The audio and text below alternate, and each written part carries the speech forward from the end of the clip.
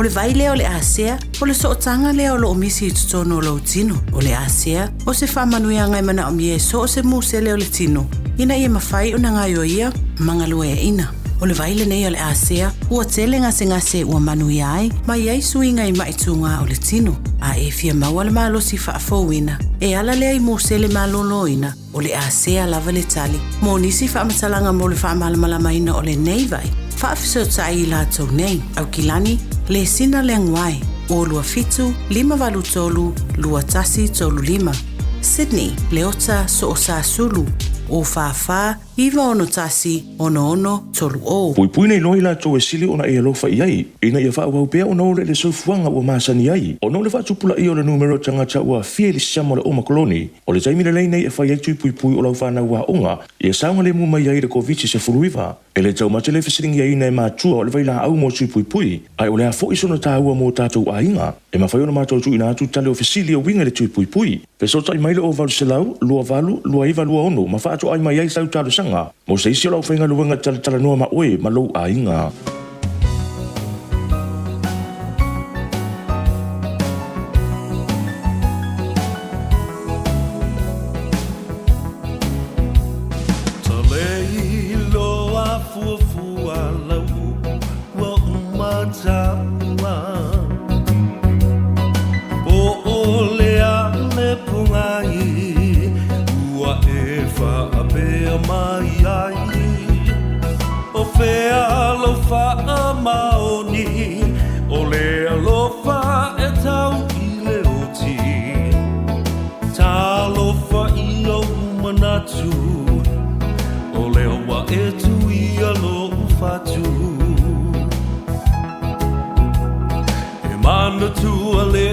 Matanga ya upumau loi mata na e fai mai ele ai se unga o la tama futanga wa e lo nei leolanga ma ua sui fo i o lo uanganga o nei mau mea na o mana o iai ua lelea uma i le ala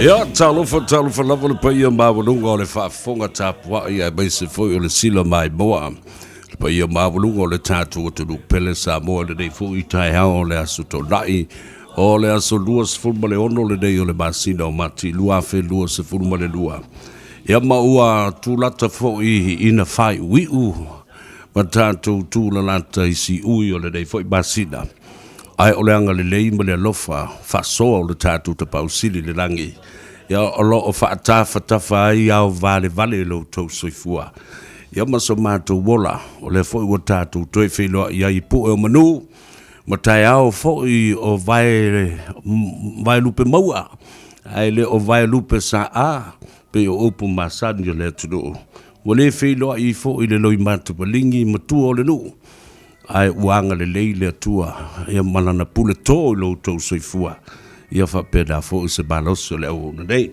whatalo whatuai bale nganga fia bale nganga whaaloalo ina ua mua fo i le nei lao o tātou te toe whasila whai ai e pe au ngalu o le ea i le tātou polkalabe Savea bale Tanoa Ava e te maua i le sao o ka le makau kia o mea tata o le akako whaarongolongo i ai i le aso le nei. Ia ma tātou whaasoha i foi. Ia le nā au mai a watu. I le matau tia o mea sa tutupu, o mea wa umana tutupu. Ia ma mea foi o lea olo o fou mai. Ia ma valo ia o le a tutupu sa taimi. Manatu, ia e le to e tau pao ina. Whaatupe o le taulofonga au po ia mau mamalu Samoa. Langa o Samoa leo mamala ua mai a fo i ona tofa le la au. Ia, mai o te whaatulou atua i au po ia sau tō fafafa. A mai se fo i o le tātou tāwhatolu o le vāna nofo Samoa. A wāpa ia mamalu wha le malo. O pa ia fo i mamalu wha le anganuu. Ia ai matu o le tuu ia te oe. O... whanau o le tua ua tutofi e whai mai pu mawaa o le tala le lei. Ia a wale whina ngaro pa ia o le tua i lana ngā luenga. O tau o tamane langi, ia o whioi o le langi, ma ngā luenga pa ia le tua i whata whai tau langa e whia. Mautou fa le tua e maise foi o le vasenga. O i lātou o le au malolo, manu malo, mo lātou fa le tua. Malolo pensiona, mo lātou fa le tua. Whatalo whatu le tātou por klabe. Savea ma le Tanoa Ava le nei tai au. Ava mua le tua. Ai tau ia, ina sa ua le vā. Pa ia wā tama mainga. A inga foi matama. Ia tinane foi le usonga, ia tu mua mapule. O i tu au ma la tau, a inga le taiba le vā o whono ti.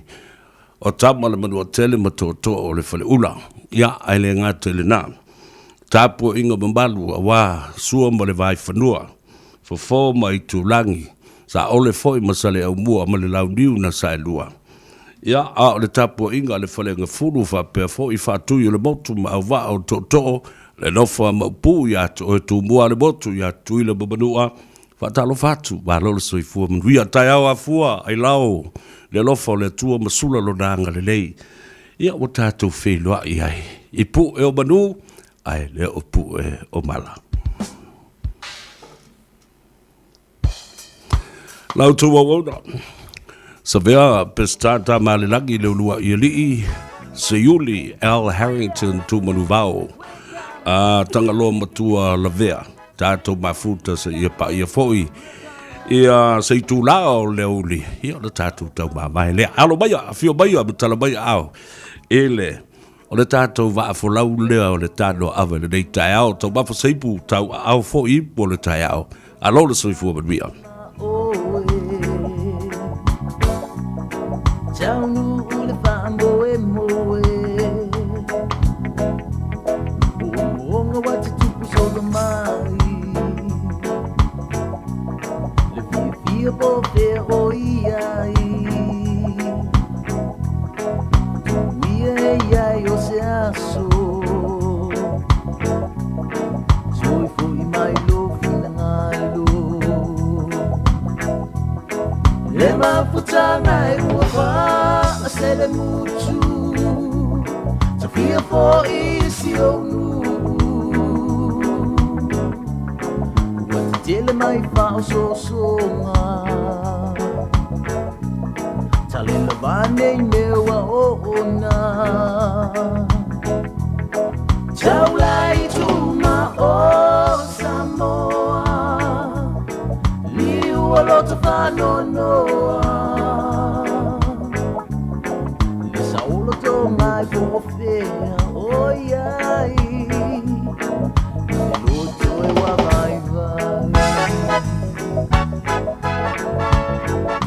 La la la la la yeah.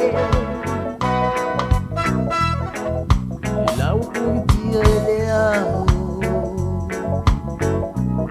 Le masina wa falao. Mana oe ua motu sianei.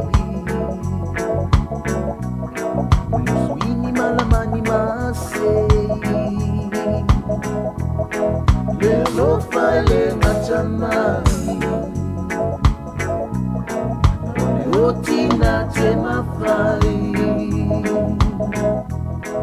Oaie wana mawaina. Lau au lau penina. Le maputanga e uwa se le mutu. Ta fia fo isi o nu. Wata tele mai whao so songa. Tale la vane mewa o ona. Tau lai tuma o i Samoa. Liu a lota whano noa. Sa ola tō ngai po whea o iai. Le luto i wa vai vai.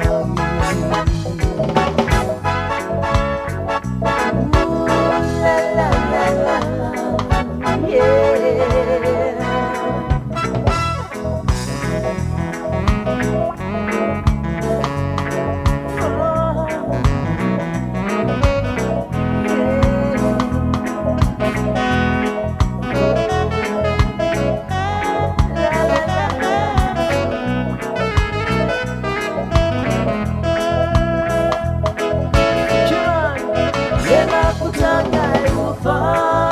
sele mutu Savea foi esse ouro Tele mai falso soma Tale lavane mewa ona Ciao lai tuna o Samoa Liuolo tafano noa Lisa ola kongai po fea o iai Iluto wa vai vai Iluto wa vai vai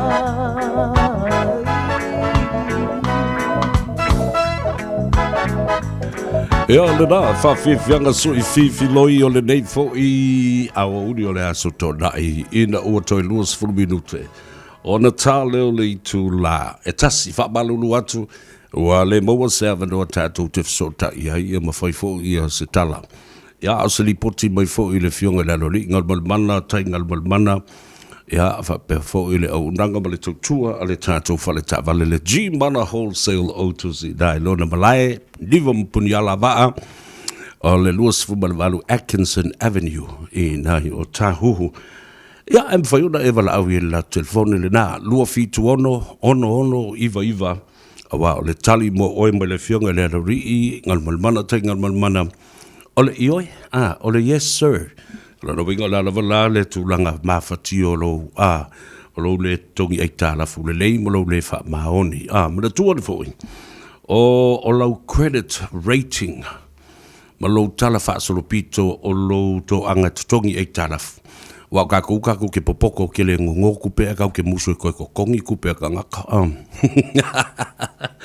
ona le whaia lea ala wa ya la le black mark le na wa whaalenga I nai lo suafa ia ai na u to whafonga iai sa no le fionga le lori I po le a lava le tuai ngā whainga e tau ma whai lava ia maua sa avanoa e whaisita vale mo oi wala au telefoni lua fitu ono ono iwa lua fitu ono iwa wawi fianga nā le sa whanong no me le pesele na lo watunu ue the late talaunga po ia mo le fionga foi ale sa leo tuanai ia mo le whaili in la le telo tu sanga o mawao le fue sa siri ona fia ia le au tāwhawhao o e masani na o le penina whapena fo ia le tālofa I nai Greylinda ia mo le tānoa I nai Avondale I le telo tu sanga o mawai ia whai ilangi le fōlaunga ale nā fo I uso pese tau ta ua fo I malana whaili le fue I le nā mai tau le sunga ia talaunga po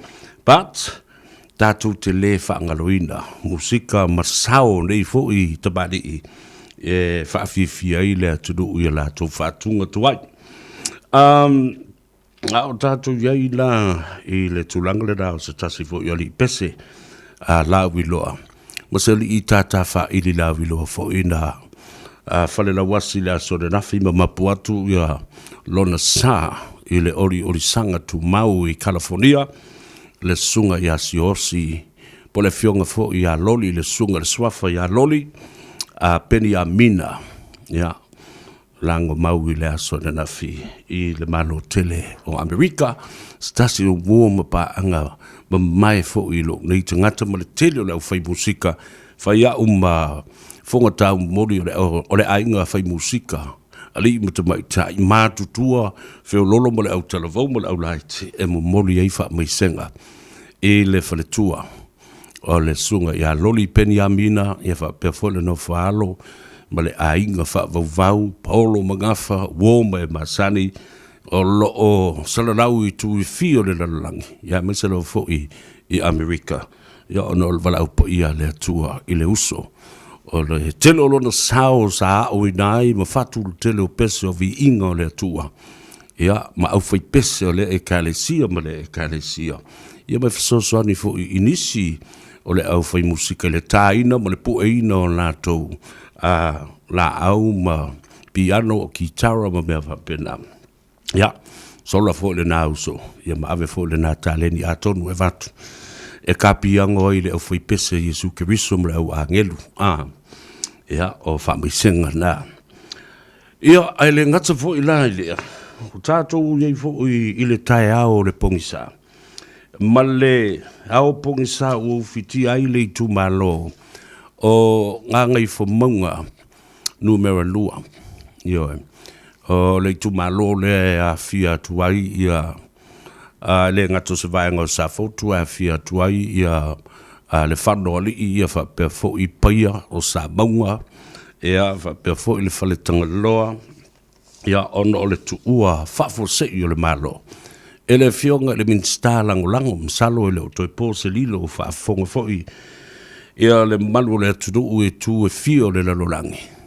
Ia wo o tu eile nā tala whano noa le fionga ia va ele se kuini va ele ia o le sa pale mai le pai ingalo no sfulmal fitu le nei lalo o le fu ale fatu tua i le tua sa mo utasi po le fast ia mas mo fale tua i le pale mene pai ingalo no sfulmal fitu ia mamawai masono tofinga fa min sta lango o le matanga wenga o fatu anga mafainga faiva i le sunga lauli le min sta utu Auli le mali o tole wa te apolo te vao Fosi Schmidt.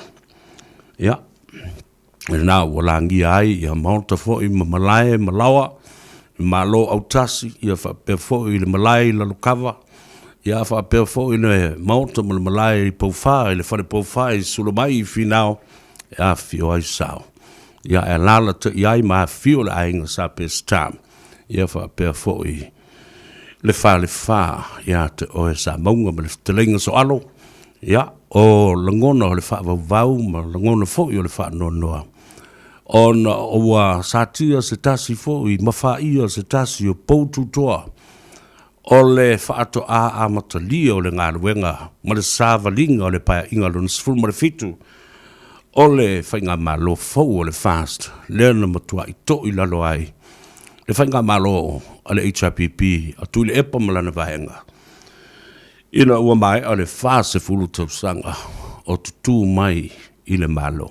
Ia o langona whaavau nā, watu ai ia whaamaisenga, ina ua pō le no uma ua te whea fo i le tau ofe, ia ua ngau fo i le saa, i le ainga sa pesta, ma le pa ia o ainga, ia o wā le tuua o le malo i le fionga le minstalango lango, le fionga ia va ele se kuini pa i aua va ele. Ia, o le tala le nā tau te mori ai, ia lo whaanga ma whaamrianga, ia hainga, o me masani, o nuu, o e kalesia, whapea le tu malo atoa. Ia, awa le tu malo le nei o ngā ngai fu maunga. E whaia si te le, ngā ngai fu maunga numera tasi, angai fo maunga numera lua le iai le whaipu le fau ma le tofi fau lea ia mga ngai fo maunga numera tolu whai ala si te le tele o le tu malo le nei ia leo ua wala au le tua whafo se ele i loa stangata ele nei fo ia onu mai le ngata lai le tu lai mai o le fionga iava ele i tu malo ma le nfo le tu malo o ia fo i o se tai filifilia, ma o le tai whono fo i lea o le komiti o tupe. Ioi, tā lofa, i leo so vātu o na mamalu mo na taulangi, ma nei ala na sau, ma la na launga whaatau pou, i le amatalia ai o le nofo inga ma le paia inga lona sifuru ma le fitu o le nei Samoa, ma lona pāre mene, ma lona ma lo. Ia, o le whaamisenga fo le nā, ila ngā fionga i leo mamalu le malo maluna ma siofo whapea fo i le fionga i te mai tai pāle mia, le sui pāle mia, le fonga ftalai ma le sui fonga ftalai, le mamalu le ainga min star ma le kāpeneta, ma le pāle mene awa o Samoa. Moli e tuai, whailo leo i le nei fo i aingo le aso, ma fonga tā moli o le sunga le whawhengainga ia Pastor Louis Bonifacio ma le whalitua ia ane, whapea fōi ia le au mātutua, ma tino mātutua o le pūlenga nei, ma le au whainga luenga, ma Samoa poto i tu e fio le lalolangi. Ina ua langia mahota malawa, ia mamalai, whaasino le tu malo, nganga i whamaunga numero tolu. Ia, o onga le leina, o lo whaanga fōi na, ma wha mai senga, ma wha ma whanwhananga, na o le tua na te mawhai, o na whaia le tūlanga le nā. Awa o lana lava pule tō, ia, o se tau. Velo le maninoa, a o le maa fo i tongi whaapa o le tai, o le tai le alofia. Wha i le moto wha i fo i le pula, ai wha ta whea pulu le vai. Ia, o la ngona nda o le nei tai au. Whatalo fatu le tai au nei, ia te utou o haupa aga masani, ia wha pia fo i le radio Samoa, ma so se tasi lava le au whainga luenga nei. I lunga ole upenga te whailangi, le tātou Facebook page, le radio Samoa, ia wha pena fo i ma le tātou YouTube channel, ma lo le unsai, ma lo fo i wha pale, wha malulu watu. Ono tuangia fo i o le lava i aso o tuna i atu. Lem alofia o le ainga, i o tu wha atasia fo i nisi o le whanau i le sakalamento o le wha i poiponga, sa whelua i ai ainga wome masani. Ia te tauno o walu e wha mamalu i o. Ia le aso wha pito o le whanau. Ia matu atua i loa. E o e whailo la ainga. Au a fwoi watasi le mea la i o na mafu o le toi te a vave me ne i o la. O meo urungari i laiti. Ma tātou whanau. O le tele o le tātou wa ia valea. E ia moli e. Tō wha mali o wha ngai na le upule na. O lea ua umona whaile wha poiponga, tu watu ta maiti o e whailo la ainga. A lea lava e valo tu wai i le tina, ma pe e pule atu o i le whainga o le ainga. Ia le o le nā. Ia o le a fia fua. O ani kama i misa le unungari i la tō mo la ua tau ai ngā maama. Ia o la ua lava le nā. Aia a fia loa. Ia tātou mātua i le leanga o le whautuanga e vatu. Ia maua e au i lo watali, pe te au i lo wafine, ia ai le whaia le whae unga le lei e te tau na la whaia. Ia ma tuu iai le awanoa e ola hai, whatasi i la ua, i la whiliwhilinga e whai, ia whapena fo i me mali li e whai. Ai aua ni i ola i lalo o le control a oe, mau mle pule a oe mau. Ia, si se i singi le ngā mea. Awa tasi le nā mata upu he. Ana i fōle whaso, i luas fulmun tupu tau sanga watuna i atu. O le tātou wai a pēr. Give them space to grow and coexist in that special environment and that special space. The sacred space. O le wā pa ia ma le wā no nofo, le wā ta puia le nā. I le wā o le tane me ma siana wā. Ia awa o le ua umo na wha mamalu o whiloa i a inga wome masani, ma mori mau. Ia atu la ia, pa ia i lumo le sila whanga le atua. A ele wha pōri uri la, E whai, ia maranganga. Ia wala e while talafole le tosi, ele eise me siri la wai le nei aso. Ina ua Sava Valley, la u whadau i le ambi o tonu. Ia ma le whaio a le whine ngalo le le. Ia wha pa ia ina, ma ia wha mamaina, i lumo le sile whanga lo tātou matai sile.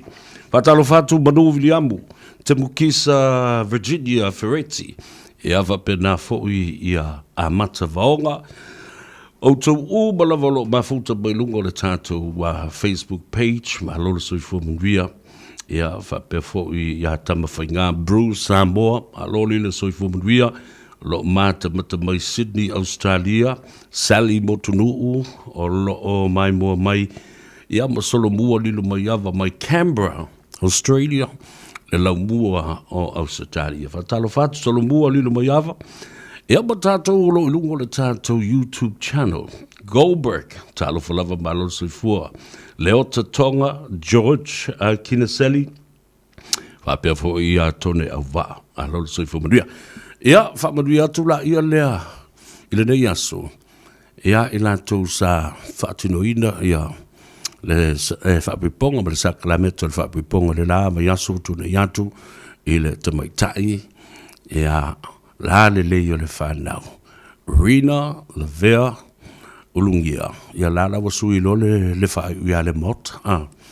O le sunga asa yuli. Le mot mai te fua ma sa le longa.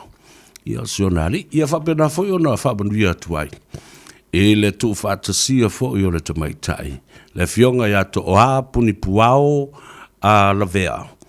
Ia ma le li ia o se li missionary mai Amerika.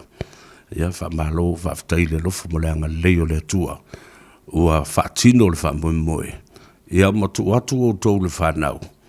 Tau te oe tapena o tau ainga. Ma o tau o e atinae. Ma puti puti ia ma tapue ni whanau o ni mea lofa ma tofi mai e le atua i autou au mautou surunga titi e tautu ai le atua tautu ai le tātou ainga tautu ai le kalesia le nuu ma le itumalo ma tangata nuu o Samoa lau tele ini to mai whaapitoa wa uina ai autou le whanau. Yeah, then congratulations. Wonderful stuff, and it's great to see our people, our children, being married and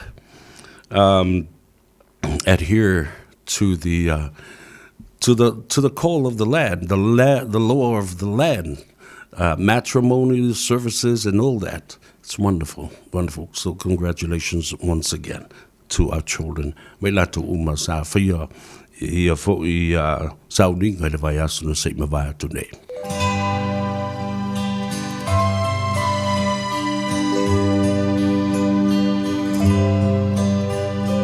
Lo se ie lo pale au roe le mata ua sa fali loe o le upu ua tonu i lo toi o le womoni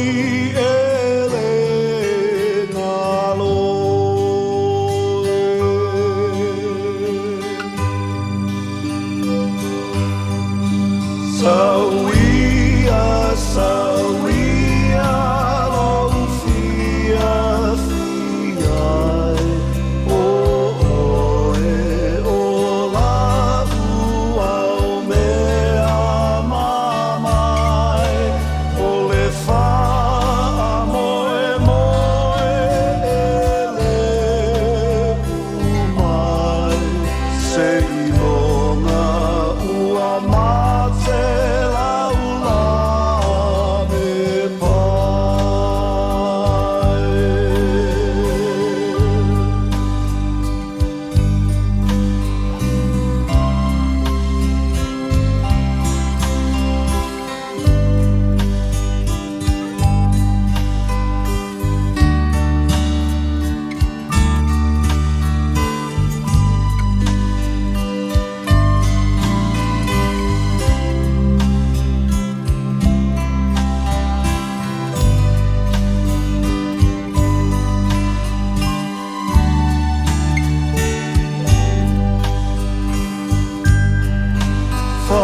Mai sau upu se o fa alongo atu se upu alo fa ia te au inane I fai fu ale amio maulalo me I avea ita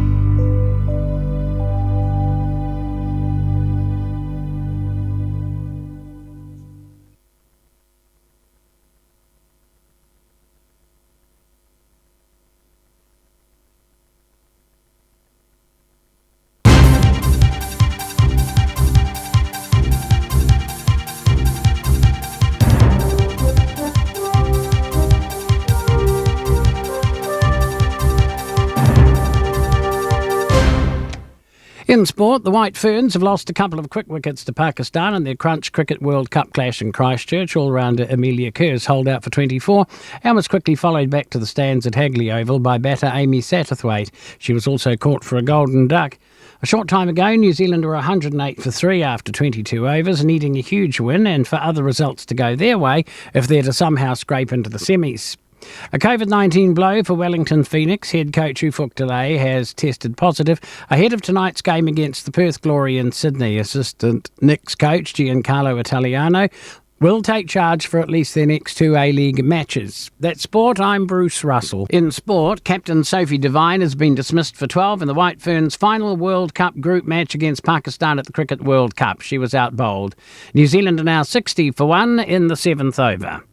A defiant Formula One grid is planning to plough on with the Saudi Arabian Grand Prix this weekend, despite a missile attack less than 20 k's from the race track. An oil facility was the target of a Yemeni rebel attack, with massive plumes of smoke seen in the distance during open practice. Drivers, team principals and officials met at the end of the day and agreed to go on. Red Bull's Christian Horner says they've been assured of safety. I think the sport has to stand together collectively. Any act of terrorism cannot be condoned, and sport shouldn't be bullied. That's sport. I'm Bruce Russell. Whaafonga pēr i tautua ma oa na si whonga o Samoa, Radio Samoa, so lima i watonu wa moe au kilani, i na ua te lai titi le tu lai tasi le nei fo i au auli o le astonai. Whai ase pua o mai o whafo. Aolo o iai pēr le avanoa e wa ai le suru le mātore la. Ia a ua peu a mata fo i ona ma ingi mai le malulu fo i le. E o tātou loa i ua tūra lata fo i le taimi o le tau malulu i New Zealand nei. Ia au i o lea. O le alava, o lo iai le anga le lei o le tātou tapau sili langi. Lau tau soifua, ma oso tātou wola. Leo o mafuta mo le fionga i atu i avi, o le fonga tau mumoli fo i leo le i pule. Le fionga i buli anga tele shusing, ma le au whainga aduenga. Ia wasi tātou ripoti, mai le tātou whale tāwale le Henderson Cars, whatalo whatoi leo fionga tu i avi, a lo le soifua manuia whaftai fo leo sai mai nei aso. Ia, ole... Ole anganga fole na o fionga pesita e fatara fatfoi le o nanga le Henderson Cars e o fionga ia me se foi mamalu si o tato to no pesita lo fa pena ona ma ua mai le ta por calamel nei ai ngole aso e sa le la wala usa no anga ile le kau ma ingi mai le o le tau le wo ye nei ia o le kemi kongo ala ni o le fa tau lo al ta vale fo de la malu de le le tūlanga nā. Eoi, awai moi foi o tāwale foi o mana whaonga. Ia ala ua ye foi ngai mangua la i ki tāwale na alfa tau tāwale fo. Ia e sanga le mua e lava le malo le tuno o peseta. Monia. Awa o le teimi tonu ale nei te luai le o le tāwale wa matana timu foi le po o tutulu ia lunga le tāwalunga pa e sisi me o tāwale. Da tono a pesta pe o tūlanga na le nei o kaimiangi foi e testa i ka vale. I lo lato sanga le mu i longa le ala. E me sa tem fore boale la ama telefona so o mai le kimu le. Ia, na. E ma nei ala le kimu mai. A lo malutia le malu le tono tato tawal fouia. Ia. Ole silion la whainga tāte le ba ai. E kele lo fioso i fafu. A ua maluru fo i mosu le tau lau le tau maktimu. A ole pēr ka vale le silo makua muka miki le awala. Sa le na langa ki ili kaka kele ia. Ia. E sa le mai le ngata lai le tūlanga na. A ole te mine ia tauna le lei fo i lea ia le mawhana whana o tono o tāwale. Ia tauna le lei le ea fo i lea. Ia fo i e whaonga ina pao le te mo tau malulu. Ia a tango tula le e whai mai le ea fo i le tāwale tuai fo i le ala wale o koe anga. Ia o ngā luma alidi e adia po whel mea. E le koe mga mea lai tātou ngā mea o le malulu ina i tono o le o tāwale. E tawana maa neia le mawhana whana. Ia pole ala wale lolo wa mo le tau. Ia o lo malutia le li malo le tuno o sape pesta. Malo. Le peo tu au le ala to e tele tatu ta vale ia i tono tanto lo toa. Ia ai pe ia fo le fautuanga fo le pesta le telo temi. Ia e sira le la vai le ina foi fa tau male tamai male poto Lila. fo fa pena awani ya fa ina ya fuanga ale lo matua matamaiti ya nei te wa no telefo ya ya fa ina ine ya do penga ya masa lila iyo al tele yo ta vale ya fa el finga malu letunu yo mai fa de tarasanga ya ona fa penalon averi etato I tanto fale tupe foi lea pesta ia o fea na balale fale tupe etalia mai le tasanga lea male ia o na foi la na fa pena ona fa nga ina tato ona ai te foi fale tupe o fa pena na fa pa anga male o nanga ale Henderson cars e la se me pole fore pa wale me o nga fatia tato o ia te o na lo fa pena foi na fi va ai de le ia fale tupe la to le nga fatia lea tangata malea tangata ia fufonga fa pena ia la ti foi tele tu la to o ka ko ala lea pesta fu ai ia ida malo se tato e pe o mela na te foi si te foi tal noiva ia si dia de fatu polal te di de fatu a fa mai ala alu ia o le na ia ai fu de dei la foi de awale tal sanga lava ia ma tu ala lo alta to nanga pe fo na sauna ko fo da fionga mo diang te terrorista Mario ya si le polale le tal sanga le ta vale ya pole afu le ma lo si wo ia de ta mo sanga le ta vale yo na maila ya fantasia i male pesidi ya pe polale interesting ala afa nga ta to Mario awa si te me pesta ya wa mo tolu masina tolu na beta vale la to fisidi mai so malu le tolu ola foi le fa kwa si o ko senga ko fa de vesi o na ya wai man tu fo ya tu ya vi es lava ia fo ia finance companies ya ma la tu fo ia pasene fo le tulu por interest rate le na tonua besta yo e pe o le mena fa tu ina fo le malu le tu fo le ma na ia la vale da fo il fesidi te mire ai sei nia pepa no la fiere le rate le la al wale tausang i fa pena ya amanino la ine fa pena ia ona tutu mali to lo au sai ni le me ai fa pele o fa mali ina o ia na to fisidi ia si meto po u fo le ka ba ku tela ko ma ia i me ba o nu ba ko po u lo ofu vai i le me so fa pele la ta to fo i to le ma no so lo i ga fa le fo ta to va ne fo fa fo angal malo le no e pe matambuli ta to fisidi io pe nga fa singo mali me sai ia sai ida ai ta hotel fisidi mama ya ona sai ni lo le ta to ya pe o tu langa na o le ai fa tu ina pe ma fa tu pe ya ma fa mana tu la ne show to ina fo le stofi de wa tasi de sol show to ina wa tasi io usala la ku fa kasi uma ia le malo si de sa o so ida solua ida so to fi lo winga la wa malo si te ala la stofi ya o le ngalo le si do mai fo show to ina ya a como foi mo ese na que voltanga le sa wa ista ko ka le sa ya sa ba to fo de va nga fa fo nga mal le no pesta wo ka wo i mo manu fo de ba ne la va fa fo o ta u i manu fo de bo le bana o fa ko la isa ave lo a me na fo de ave se si me o ni to e ber mal le no ni ke wa fa nga ka ko se Maria o le fionga bule angos tangata tau sa fia mre lo to lo fa ta tangata wa si sil muri ale ta me lo ta telefoni mo le to atus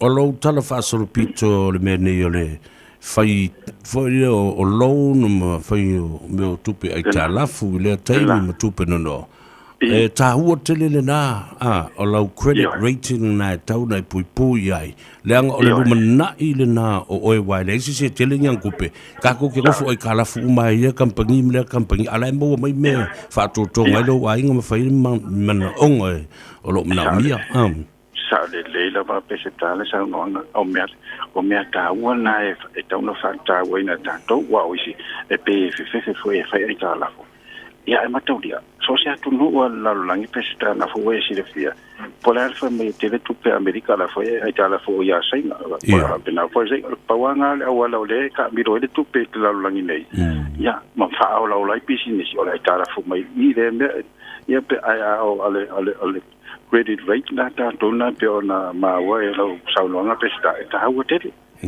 ya wa esa we le me fa penga finta fo ngai do le fine ko la le so ni la bo mai ma we ai ngai me fo le ya le sa fa de ya mo le fo le ta sanga le ya le ma na ya la ba lang kong i ai ka ya va be anga fa o isi ke me e fa ka wa mai le finance le ta sanga la wa sa ya la pe ya okay yo patena e pe ta hotele mane fo famna tu mai da fo pesta in fa fo ngal malole tu ya a fio mai ide tasi va fa kemente drive mo ni se da fierno lo fatti no da onanga tasi va fa kemente drive in manukau ya ma sta tu telefona pesta le obal la fit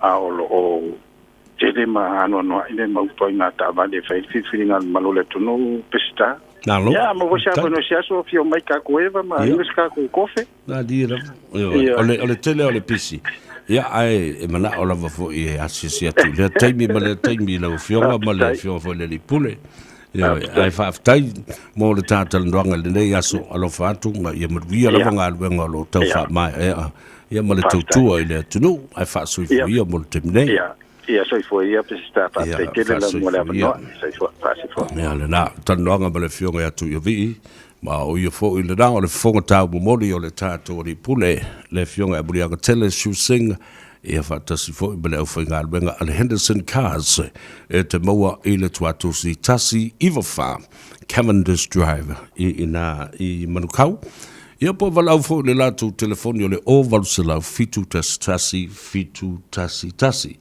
Fatalo fatu ile sunga ya Peter Saela, Washington, or no, he's watching from Salt Lake City, Utah. Salo le matu epikopo le inai malai imi le tele o tau sanga o gavai pe sa o upele ai Bishop Saena, Peter Saena. Fatalo fatu ile sunga ya malfaltua male ai ngalii. I Salt Lake City, Utah. Ulo Chowdhury, talofa ana taloa fulu, alo lava soi fuamadwia, ana maunga, alo le soi fuamadwia, fa aftaile mafuta mai, ila sunga waite le talu, talofa ita o te mai, fa mea le fa amrianga, ile tu fa atasia, ele le fa piponga le fionga afa masanga, Audrey, fai maa, Somerset, ia malana mana mea Johnny Williams in Melbourne, ile aso le dei, luas fulwolo mati, talo fai isi o tua fufina ia Audrey, whafteile tua, ua maua sau soa tu mau, ia, ma lofa ia te oe, maanga lelei ia te oe, malua mafuta lelei, ia, wale, bawalale ava noa langa, na leo mo whanongolonga tu nei o i nai, Melbourne le sa fatino ai polo fatino al temil neil sauninga o le fai poiponga ma sa kala meta pa ia i lu mo le tua o lo fa anga na mo onga le fa tai Elvis of Samoa le fa mana tu mai ya malongo pui li e fo i o tatu ainga ya ma ave fo i fa mdianga ya ma mo onga le i le tu mai tai ya Audrey Somerset, ia po le fionga fo i ia whamasanga o le matua o le usoli ia on o le aso whapitoa le nei tu whātasia i la ua malana mana mea Johnny Williams, alofa te lea tu Audrey ia te oe male ainga fau muri atu lo whaanga o le sunga waite le talu ia whapena fo i Auntie Emeline ia ia o isi to tele o tātu ainga lo whalongolongo mai ia le nā George Kinnesili, aloli le soifua manuia, ea vape fo'i ia le sunga toe, tone Ava. My congratulations to all the newlyweds today, va manuia fo'i le tua, o maratatu tamau le langi, mai se ia i la to uma lo fa matuina o la to was soifua i le so. ia sa tu tini la foi la tu lo fa na tuino la tu was foi le so ia atuai ia mo onga le malo fa anga mo o te uma fa talo fa tu lo fionga le papa le la ulu mapusone ia stasi foi o te mali ia lo o malanga mai foi ia ma si ngase mai ma sau foi asi si ana fa nau ia malo la tu ainga i news the name da lo fa tu lo fionga i le swafa ia po lo fionga fo i le papa le la uru mapsone ia mausu to ainga ia me se foi le fa tu tanga ia mata fa pida ia sone e fai asi fa le con ke le lua fa le polu nga po le lua fa le polu po le lua ka le ana e ri o silau ko e fai fa le lenga o ingale o lo lua kaulele a po lua a fale polu na ia e fa aftaile tu mo la wala mala ava no tanto te felo ia mo la fionga le la ulu mo psone ia anga le leifo i le tua i lo malanga si mai wale fa tafanga sings ele ni ngas na o siakia mele le kam zau ia mo fa pena fo yo na fa talo fa tuai to tili lava yo tato swimming star ia fa pe fo i minister o cabinet manisi fo i le parlemene lo malanga mai fo i la tau no nisi o tulanga i ne fai ona fa le atili o la tu so fo mala loina sunga tu le pas lele mele ngoi ia fa pe fo i le sunga fo toe a piea ia o le lava o le mawa sa va no mala fionga le minister so alo fo muina wen fong on ma toi su ngata la volo fion ya u yo le a o tatu le felo ai ya a le mesili o le ata liu le uto ya mo le balosi ma le ato to ya nga le leile atu ai tu te mo fai varo friba lo tawava me ai le tatu malo fo ya me se fo ya tina e le lei o lo fatino mole a nga i luma ya me se fo o tele lova isi fo i sui fi pule o le monta o sa ua le ba ia o malanga mai New Zealand ono na to siaki fa fo mai nisi o mai le malo yo nisi fo o sa no menino lava ia ne fionga le mai ta i palemia o malanga mai lava i la to lava seleni fati noina ya la to fa nau mo la to ainga ia mala to nga wenga lo fati no ia fa mama avenga fo i le malo alo fa tai Jacob Jacopo Fili talo fa malo so fo mnuia ia va per fo ia semitone and fa Sofia Vaenga o mai awa o le aso o tai au le la to sa la sto na ni ya son fu o le o la as for really la to i le so va tai semitone ia ma fa Sofia Vaenga talo fatul tato por kalambe ia to luoma sur tu ainga fa moana Amelia fa moana talo falava malo se fo mvia to afono shepherd ia va perfo ia le sunga ia George Kinsella wa uto umala valo ilunga le tato Facebook page ia mese fo ile tato YouTube channel ele o toi pose lilo ile fa afonga le tunu ule tulanga na yai le neiva yaso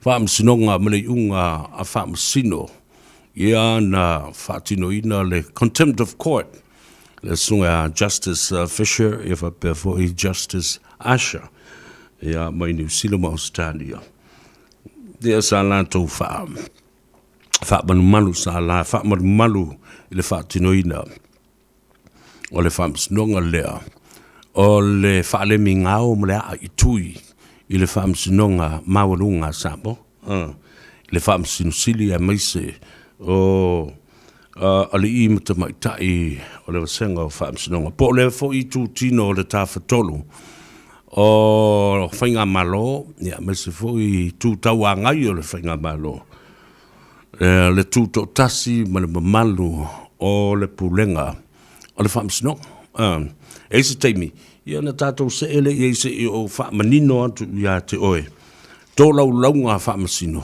e tele e tolu sfuru mon tupu ia pepa ma o atu i lunga le iwa sfulmon tupu fo ia meo parakalafa. Na matua vai ma tosi le lei mai ai leina ma le leina. Whai unga ma le mafu anga o whai unga. A fionga i wha masino.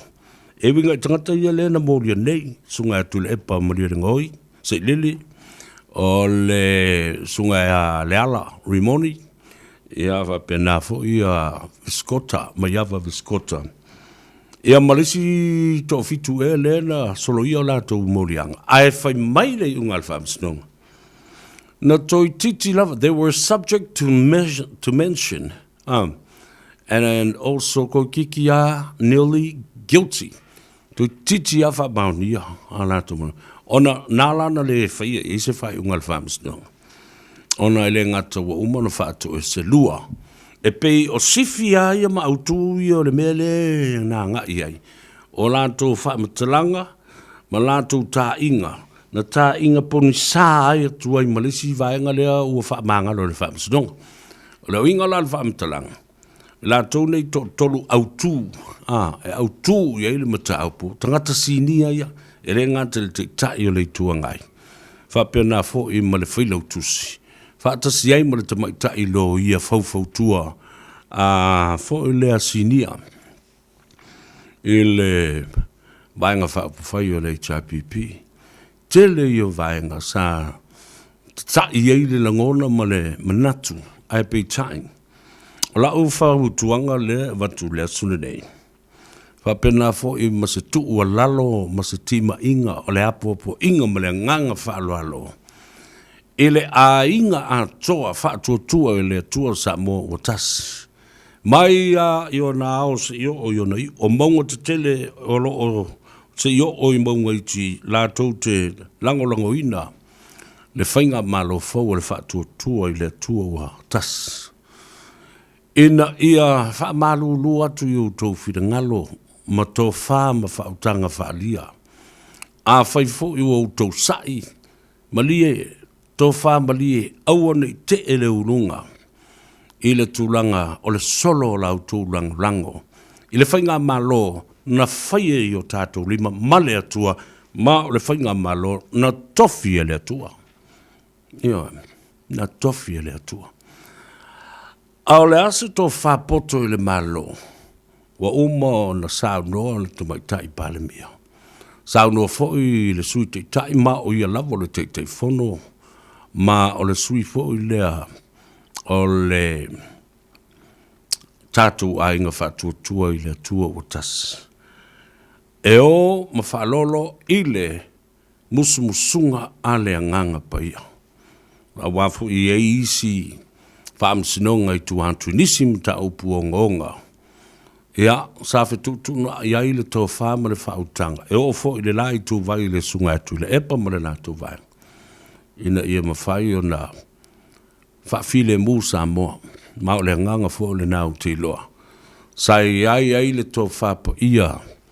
Ma le tō whapoto le I le fionga le tumai tai pānambia e mase fo le sunga ala auli le mare toa. Ma le vaenga o le whatutua I le atua Samoa. Suyu su fono uma. Ma le malana kapeneta. Ia fofo ala mea le tulanga lea. Ala la e watua I le tua lalo. Whai mea fia la ia. Tātou whaafitia o le tō wha o iei le malo e whatino. O le tō whā pa ia le nā. Ma o le tō whā le nā e manuia ai Samoa. Ai aua nei tā ina se o tau. I meo tau I ngā maa. Ma upu se tau whā se o lo whaia mai e. E leisi tū vai. E ai tātou tangata whātūtua. Le malo le nā na whau e le tua. Sa tātou pi iama uma iai. Ina ia. Si I le waa o Samoa, ma tu u le ngā tai whale, ina ia whola. I leo se waa ngā wakwhaki ki e lunga me o ngā ngiufo, le ma tu u le ina. I le lango whau, e wholau le sao Samoa. Le ala la le nā. Ia. Awala ia tātou te toi whai mea masalo salo. A melo tātou whatutuanga i o tātou te tai musmusunga le nganga. Na whai ai le a whai unga, ina ia vave o na nofo fi le mū Samoa. Awa ole a whaatali i lava lea tunu. Whaatali i pēr. Io. A oi e whai unga. Whai o tātou te tai. Avela tātou whātua tuanga i o tātou te tai. Ina ia lātou whaia le mea tonu ma le whiringalo le tua. Tātou muli ta ia lea. Io e so ia tātou te toi manatu i seisi tū whapea o le tū la fono a le whautoi tau whaale lei ma tau mawhai. Iai, o le maari lienga leo te tai whaftai fo i le lai tū. Io e le sunga tu le epa ma na nisi mātutu o le lātou fo i vaenga. Ia, o le ua mai, so ala upule, o le upu whapertani o compromisation. And to live in harmony. Tātou wola i le tūlanga o le while mū, pe o le iai le harmony agreement. Ia, o le mamali lienga ina ia while mū le atunu. Nā leina sila ili whamsino. Ai e ame tāu o te tango e whia avatu ia te oe. E te loai. Toi titi a tofu ia tuile epa i le whalipuipui. Titi lava. Ala no whatu le tala le nā. Ona o le mata upu lea i le toi ina. Ena sao noa i whapea. Mai le parakalafa 5 suma le fitu se i o i le fitu se furu.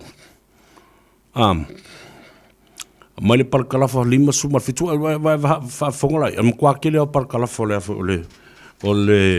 o le lipoki ma le toros fulu ma le ono lau pepa. Whai mai le parakalafa 5 suma le fitu se i o le fitu se furu. Tala le whamsino. To the Apple statements have undermined public confidence in the independence, the integrity, the impartiality of the judiciary, and also undermined the authority of judges and the rule of law.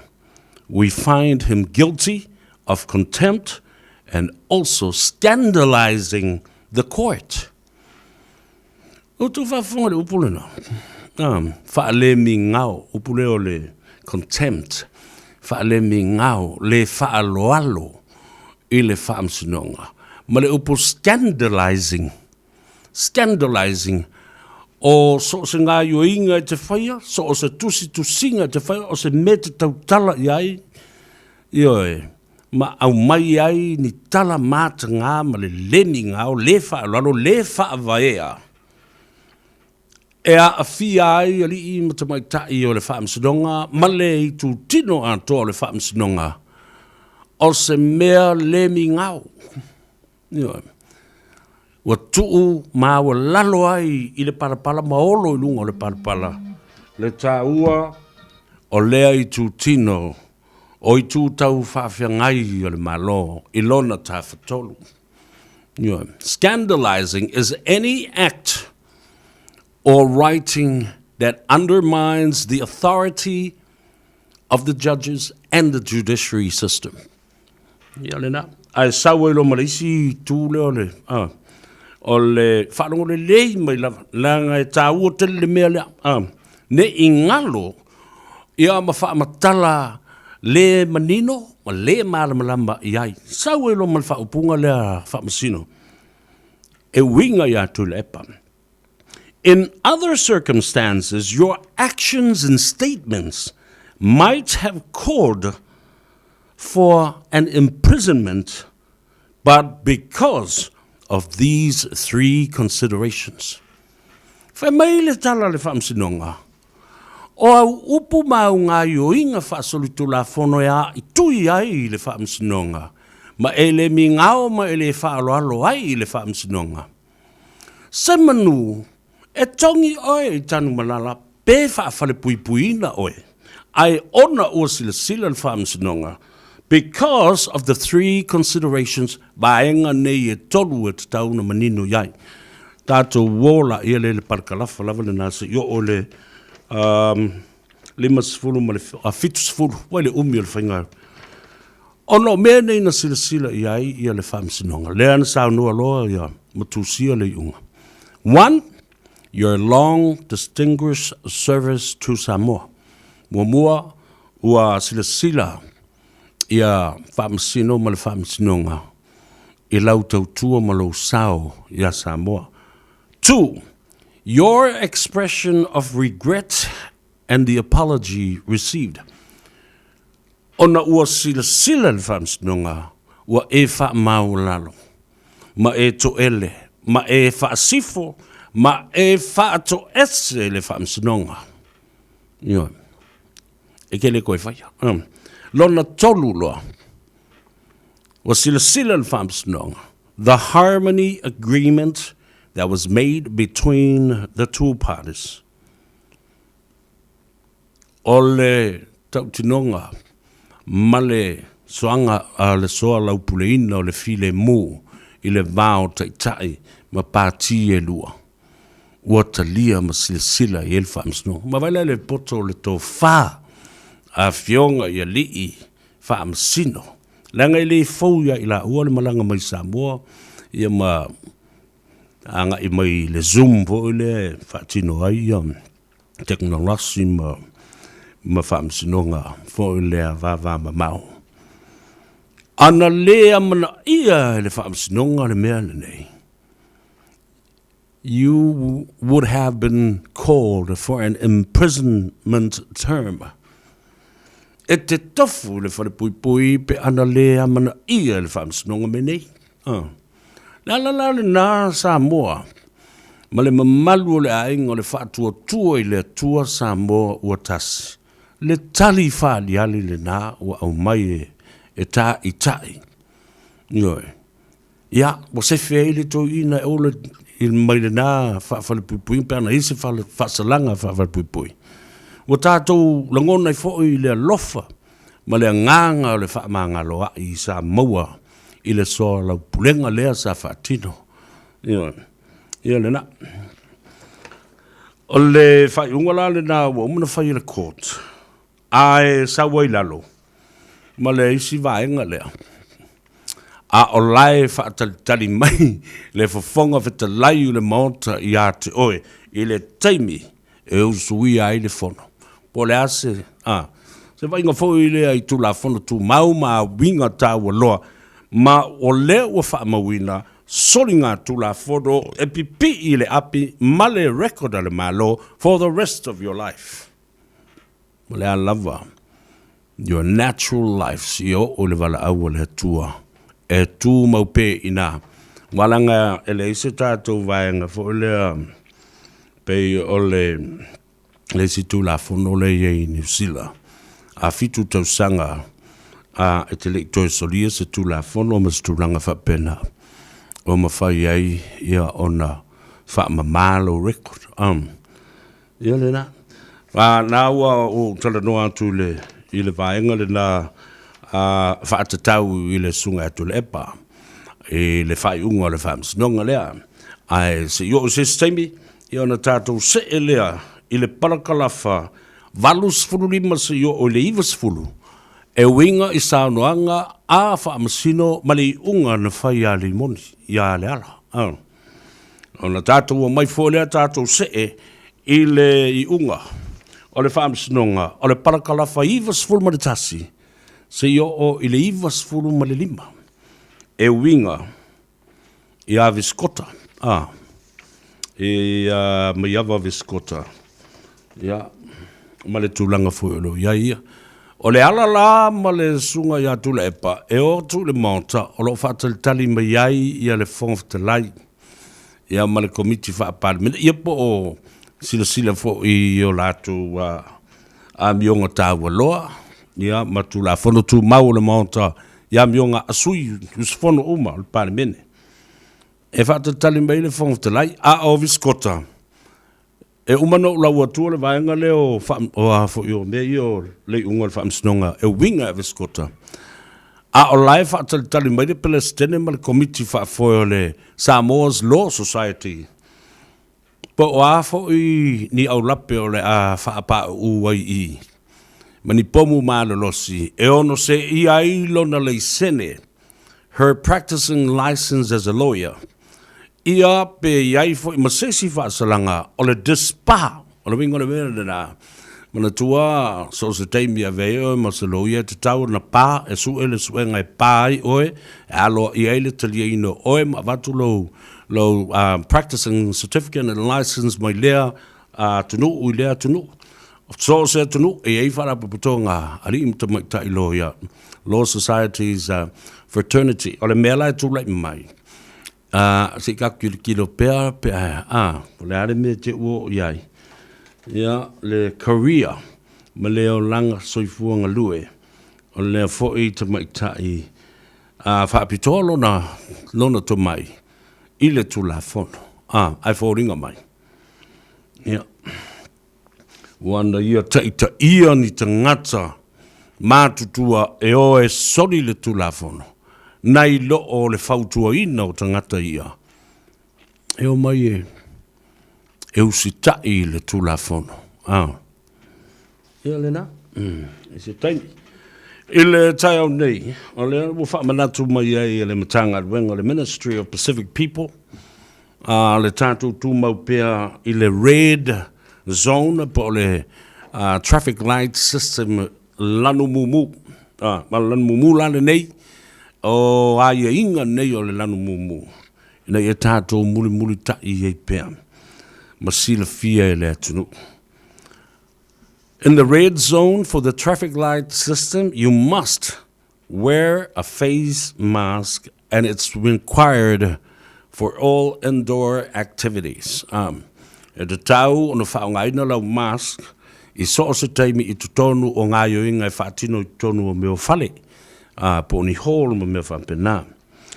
E lua se lau tangata, o le capacity limitation na e te tau na iai I te tonu o se whale po se hall. 200 man tua fo I le sa se lau. Ale ua wha popo I le lisi lau. Ua lua se lau waila I a tangata. There is no limitation in terms of capacity for outdoor activities. O lana wenga a whaila o se malai. I reise me po le ai peo o ai lunga le afe po le lua afe o tangata a I a whaila o mask mana whaile mask a le whaia ia o le melna o le o le ua le o toi wha ma mawhaina a whai ai maua oi a whai ai maua o le COVID pe a whaila o test ia e ma whaila na isolate oi ma whanofo e sea mo le fitu aso pe a whai e te whai aku le test ai positive Ona o lo le le asofao a perila. O le asofao a perila. E le toi mana o mia ai vaccine passes or certificates. O le no winga le nā tala. Tātou te le toi mana o mia ia le tamai pepa fo i le na o whaalia tu e le siaso la o i le record na o mana whai o tu ia lua. Ia ma whai e lo malo pufta. Oi, ia tasile nā mea maari ia. O whamedisi lo matua le nā ia tau. Ya, o silo matua lai fa le fo le yona a very be pu on ni fo femeno. Sali, Savea, wo failo pufta. Ya mai po failo pufta o faku. Fa mo tina o le pusta ele o se pufta. Ya le pu le a o ya ele se upu sa bo le upu palangi ya. Ka alo ya o nga o pa la vale ya e o pau le whaale o inga le ngaro matua I o le a ola le so whaua perila ele toi whaungaina la le tamai certificate na po ole e lo ai o umana whai o tu I a lua malo pufta e kasi o ele so whaua perila wa ave ese lo la le tu la whano le malo le sa iei nei le vaccine mandate it will be removed ave ese alo ai la lea ia a wā o mea tonu wā ia lena solo te ea I nei lea tunu uma tangata. E le fia whaalongo le malo. E le fia ususta I le malo. Ai o tau ma whai e fō ua le tū la whono. Ia. E le whapea la ua vai ai I le fia naunga le fionga le tamai tai pale mea ia Jacinta Ardern, malana Carpeneta, malana Committee, o whaalawe lawe whaafose ia meise o le ngase o le COVID le ai. Ua umona o ina ia wha mātangatanga nisi vaenga o le tulafono. Awa o le o tātou ilo, o se ese mai le variant o le Delta, a o se mai le variant le Omicron, e le malus tele. E le malus tele. Ai o na symptoms na, po o na unga na. E taipei o le fulu, taipei o le fulu, eu po le, po le fulu whaari i fo le. E alwa wa uma, ya. O na whapenala i le. Ai o le mea o tupu, mo uma na lapta ia ma o uina I tātou, e le aila se mea. O le mo tilo nei ia le tamai tai panemia mo lana komiti ma le kapeneta. E mawhai lava ona tātou wala coexist with the Omicron. And there is another variant. O le sila atari o le wha ma ila le Omicron, la le mai whalangi. Penga usu I o se kenge whalangi, whae ele ngafa o le mea ngai oso mai ngai whalangi.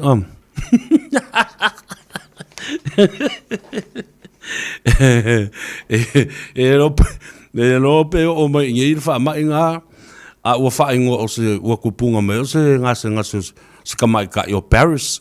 Pe o mai ngei ua wha ingo I a Pare. Ia le nā, tālo whai. Solo te na o ai nei ma whewai. Ia ma o whaara lawe I whono le malo sa whaatino. E la loe le pāle bene. E Wellington. Ia. Me sili lama le nao lo sila fia le tunu o le tai au nei. Se fulu li maafe new cases. O le Omicron. Ia ai tātou wope whai tātou tui. Ia ma whape nā on whaatino e wha wau le wha ngaino le mask, le talifonga bo le punifonga, a wau le meo le wha mai e lele le ea, e na. O la tātou wō, sa ili se avano an tātou te tala no antuai. E le li puno le tātou whale tā vale le car for you, ia le sunga ia Ricky, ia ma le au whainga wenga I nā. Manerewa. Baba Clyde, Road Boy, Danger Boy. Born for the music. What? Oh, yeah. What?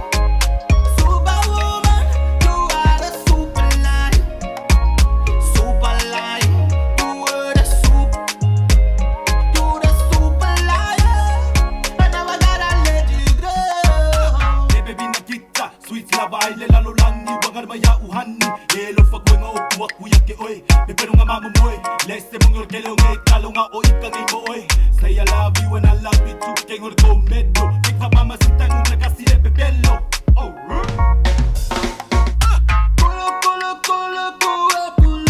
Maya. Oh, you call it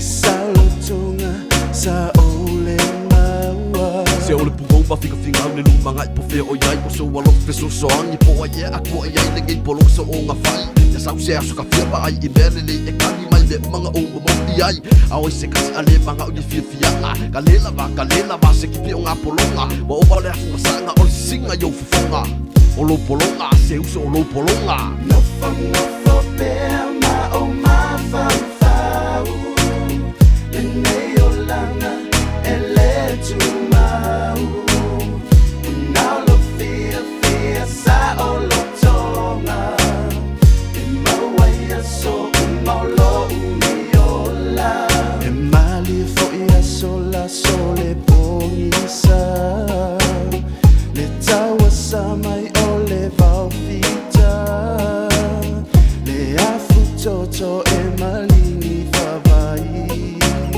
a ole nei watali tawina mai e malie fo ia sola aso ole makiva e amaka i lo polonga fai ul fala inga mangkore kapua inga e foi ka le lima mixi fa sale mu fai male asinga kumai la ia songe uso il sa loko e momo loko e a o ile o i lo polonga a e uso i lo polonga no fo pe ma o ma fa fa le nei o langa e le tu mau now lo fia sa o lo tonga e ma wai so ma lo uniola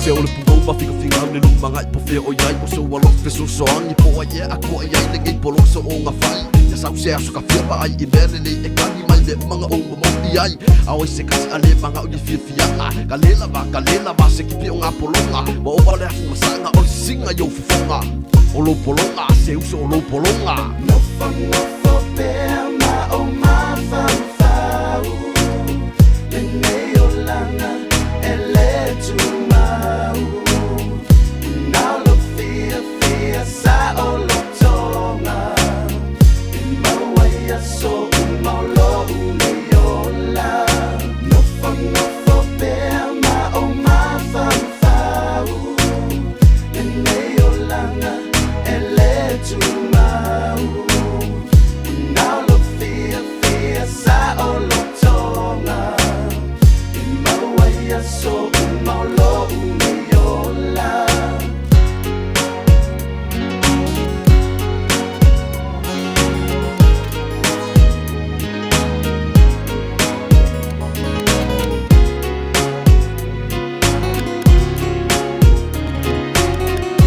Lo e whaafonga le tautua ma oina si whafonga o Samoa, le radio Samoa, sulima i watolu a mo i o kilani na o tau 10 minute o na tā leo le i tu lai lua.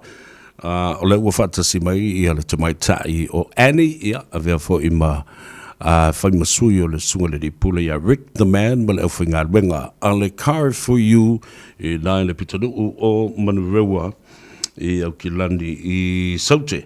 Ia, whatalo whatu Annie, ma lola sui fo manuia, whaatai fo i mole teimi wa whaavanoa mai, ia, wafo stali poti mole radio Samoa. Oh, ua sola la Annie. Never the mind. Ale me ta wole na ia wa fole au nanga me te tua. Ale si u fongo Samoa fa te se me nga wenga fai pe fa ta si male car for you at Moa ile tua to si total salo great South Road I Manurewa. E hama le lātou telefoni e mawhai ona e wala ahui e le se tongi. O waru se lau lua fitu whaiva ona walu. O waru se lau lua fitu whaiva ona walu. Ia mo so se teimi lava. Ia e whaatino ai ia maanga i fo i sa ili stamane. Lae te tala se ia pa ia le tu lae ono I le fiafinei. O whalango atu whemai o lae makua mangongi o le saulunga I telefongi. Le mangongi mai o le papa kiu le fai o. A le si tu le sa wili mangongi o le mera KFC. Ya oi la se si a le fia alu inga 300 Great South Road in Monroe, or otherwise give them a call on the free calling number 0800-222-74968. O Vanusalau, Lolo Fitu, Faiva on Vanu Mole Car for you. Ia, lena, le wewa vai atu nei. Talo fai, ole kele i ole au kau i maa. Nele ua whio soi me lunga, talo fai. Ai tau te mumusu, tau te mutua mumusu tele e whaalawi lo atu. Ma whaalili watu i lenga ngana Samoa.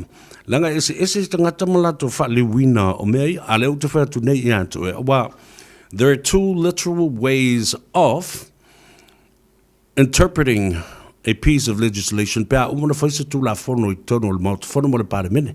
Ai avelai o e whaaliliu e le whaamsinonga. E lua awala e mawhai o na whaaliliu i nai i ale mea le na.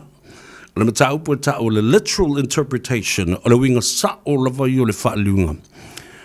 O le upu i le upu. Ea o le siloa vaenga lona lua e te fua lau whaaliliuinga.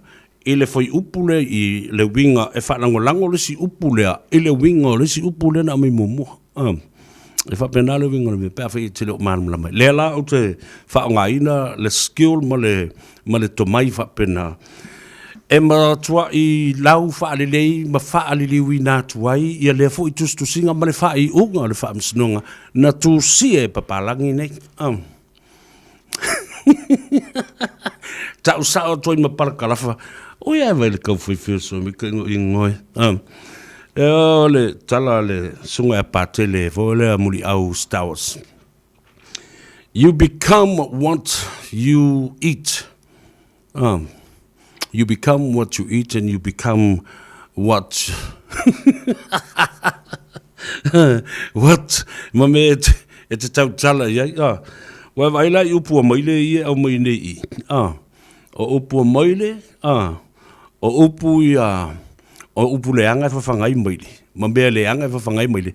Le lava la fa ali mai ai a mio fa maile lungai. Ni a mio fa pua. Tu lo le fa foka le tu. Le anga o winga na tangata fa pene. Wala tu le mafai. Ona talia ina. Te whai ina o le lai tō vai, ma tu le epa ma le lava enga. Lemba whai. Io, peo le i o le vea fo i le tau. E fiti ai lava, e fiti ai lava. E le uma le ti ngā. E le uma le asa le malala o lo ta fili ai lunga. E le nā lewa o whetu e ne. Tū lai. O ie toi fotu se tai au fōma, fua se tapu. Tātou te a ngā i luma. Ma... Fulau pea le sao Samoa. Ina ia lango manu, ia whapena fo ina manu wia tangata lau te le uma. Oka le tele. O le manu wia o Samoa o te tau na sila tutoa iai. A o le lava e poloka ona. Ele mawhai, o le mea lefa mai a fia mea o le malo le nane. Le mea tonu ai tusa leima le upu fo le u le moa e tongi le afa. Te ule afa e tongi le moa. Tongi le moa e ule afa. Na ona tongi i fua leo wha amtalanga. Ai tau fiofia i lama i mea leanga. E lama i mea leanga. O to se sile ana na fi sauno mai le fionga tu mai tai paremia. E ei tangata i ei tu tonu i. I le komiti lea o whaare lave whafose. Lea lava la tau te lama le malo. Langa i whaalongo i ista ngata i e tu antu le melea. Langa ina ia whaaleanga le malo. Ia pa u le malo. O le e whaatalitali le li poti e tau na lau e le fionga le tumai tai paremia. Ai oso le ista ngata i le ave whaasala lau i lunga o le apio fōlinga. Ma le social media. O ina liki e le melea. Lea o te tatalo tuai i le aso le rei lau fionga le tumai tai paremia. Lau sunga le lauli o le mali e to lau fionga i le sui paremia, le fongfta lai. Ma le minstanga le matanga aluenga. Lea, ia whapea fo i lau fionga ang fili, Shem leo. Fai, Commissioner of Inquiry. Commission of Inquiry se i so e poile sa ngata le whai almena. Aua, ne i tuu mamaina. Ma tu fawina mi o mai le ia ma pua ma tangata lenga ia fa ia le mele tu load fa fonga le tunu. Upu sa upu e te fa ia tu. Ma te tau ona la ngona ai so mātou vai. Yo, awa fai e fa penei.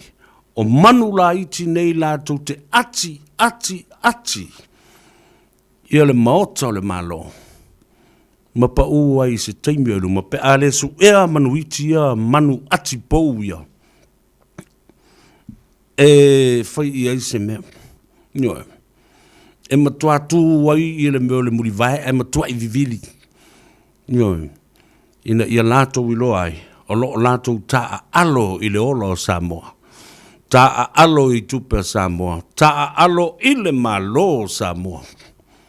Lato le mi ngau i lau fionga le tumai tai parmia ma lau whainga malo wha pia fōi i ale kapeneta ma sui ma malu o le mauta lato mea i ale whainei a lofangia lau fionga le tumai tai parmia ma le min stau le matanga le wenga le parmia ia oa o ia lava leo le su e nei ata ngata nei ia i le whaatonu atua le malo e mātou te tangi ma to ele atu lau fionga ele ina ia sila to toa po le ase awala sa mātou tu o lalo e su e tangata ne ia le nala ia ka ileanga me le tau le meo le tau la malama ta alo le anga ta alo le tino ai le ta alo le polo a maua nei la o e tuli o le ale mea la fafanga ilo wainga ono tau wofo i le mau tau sai mafi eiva mai ia o turi o tangata le malo turi ale ku lia fa afele ko wa mio le anga mo ta tau na turi toi fa sala nga loi ke kui ngifo mai pa wa le sa nga le sa mem fa yo na tau si lo to lu ma la fa na ma fa lo langa le nga ka alo i fa lo wivi at alo le malo Nau te loa lai whaalongo le lei mai tangata le nā mai lato mai tangata lau te whaire mea le. So ele page ai, how did that appear on that page? Whose fake page? Where did the source of the, where did the source come from? Who's the source? Who's the main source? Somebody's going to be accountable for this and take responsibility for their actions. So let the fear fit espionage. O le fau le malo, treason. O kai. Ta ino e. Ia le la, mai le umai e ta alo mai lunga i tu lau le whaafonga le tunu ma la tu tala ma uma mea umwhapa. Ili ea ma se meo sa vea ma ilai. Ai pe la i te toa whailoa i ma sa vea i se mea. Ia ngalo whakua. Ia malo lava awai mua pe lo si wa vai meu safari wa e le ko mi ngoi pe o mo kwa i frozen mo le bea ni ngala ia ili so mo si dominga 4 hours a day, 7 days a week. Radio Samoa streaming live on www.radiosamoa.co.nz.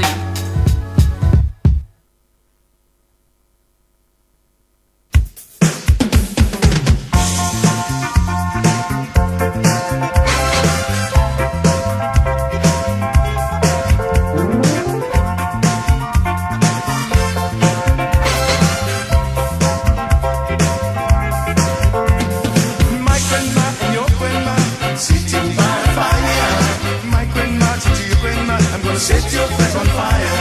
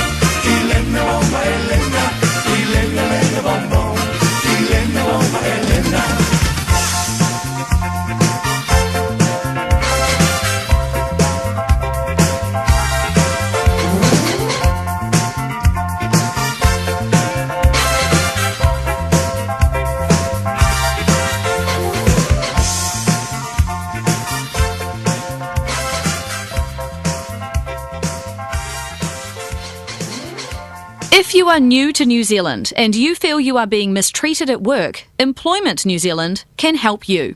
No employment contracts, long hours with no breaks are against the law. Everyone has rights and you are important. You can call us and we can support you. Everything you tell us is confidential.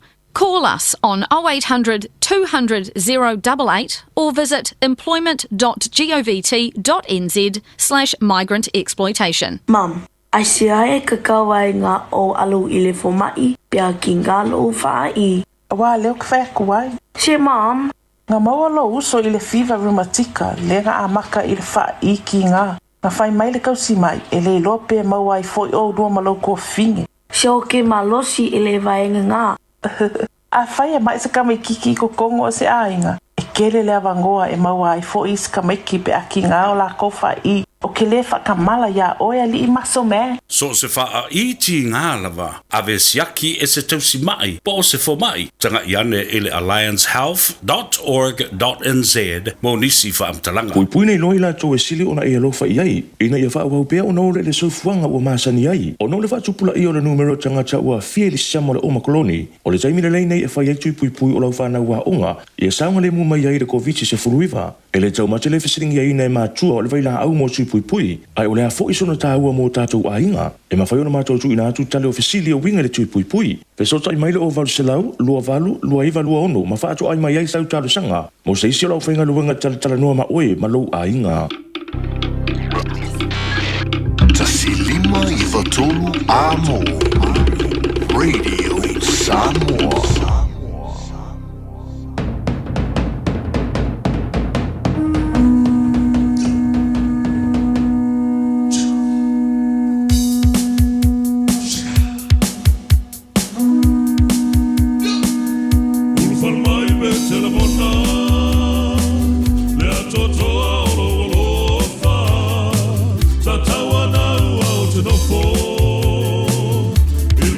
Sa o tai ao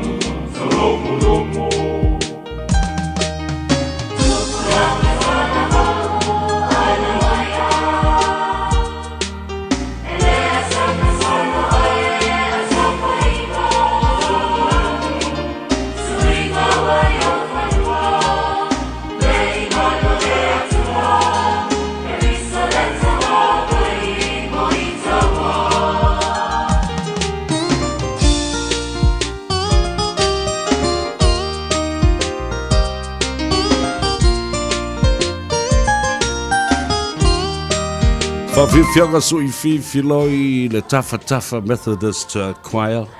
Mai tua fale alili le dei foi mai ngole o nanga le tautu o ka ko mixa ya lu va penga. Mo pese fa fale ba sau ya watu fo ya na vi ingo le tua. Ia fa pena na sui filoi ai le tato fa solo le dei aso. Ia mai fa fonga pe wa tele tawulu manga. O vaenga ese o le ao o iai le tātou poloklame. A le lava e wha soa maria tu i. Ina ia e nofo manino ma mala malama le lei i unga o wha amsinonga ia sa tuana ia tunei o le contempt of court. Ia po o le wha le mingau ia so se bea o le leusu ska i le wha alo a i tui i le wha amsinonga. Ma upu leanga tau fai i le wha amsinonga. Ia. Usi le whaafonga e se teipi langa leo ua mafuta mai le ftelenga e fuata le toa whaia tongsia, Pio, Wilson, ale li pule fo le nao le tātou fale ta vale leo ua whaingoina nei. O le Omega Cars, o mea mai le amatanga, sa iei le fuafuanga, ma le fuafuanga. Whatalo whatu balo sa fuamadwia tongsia. Ia, lani maa patalo fa poe lawa pionga Savea lo tulai male poe, tina le whalawa pionga pesta. Ia whaapai tele molo matu. Sa liei lava sa wanga pista. Ia, o me kaula matanga yo me umarwhai unga fo ile la langi. Ia lava. Ia, te ia wea le mau. Fo ile mau fo ile nei bai asola tau i sele matango fie fo i malamani ina fo il tatu asinu fo ile tau tua whatau waal nei whakta wale. Aia, mawa mai lau suna wha malo mo malo tua asinu Savea. Malo, whaaftaitele lava ile. Au omranga ba le tautua le tātua tunu. Ia, au mai le toa wha ma le whaatanga e whaatarofa le tātua nu ma lana tāpua inga ma le mai moa sila i le nei aso ma le whaanoano. Ia, whaataitele lava lau whionga Savea molo mātomo no. E whaatalo whaatu lava sio watu te leina lava o Samoa i ona tūlanga whalupe. Ia mata mai lawe maunga tele se pa ia maunga iti. Ia i teinane fo e le awhenga runga tutofi le tua. So se whata whaitaulanga lo whatinonga pele tinga ngalo fo i mana onga sio tātou tapa au le langi ia awa lava lona malo ia teinane fo le tātou ola whakewisiano au tātou au mau le lau langi le tu mau talofa lava Samoa. Savea? Malo. Ia, sauno ia, o lea le tūlanga o lo iai le so balau tanga i atu ba le silsila i le tātou lotoa.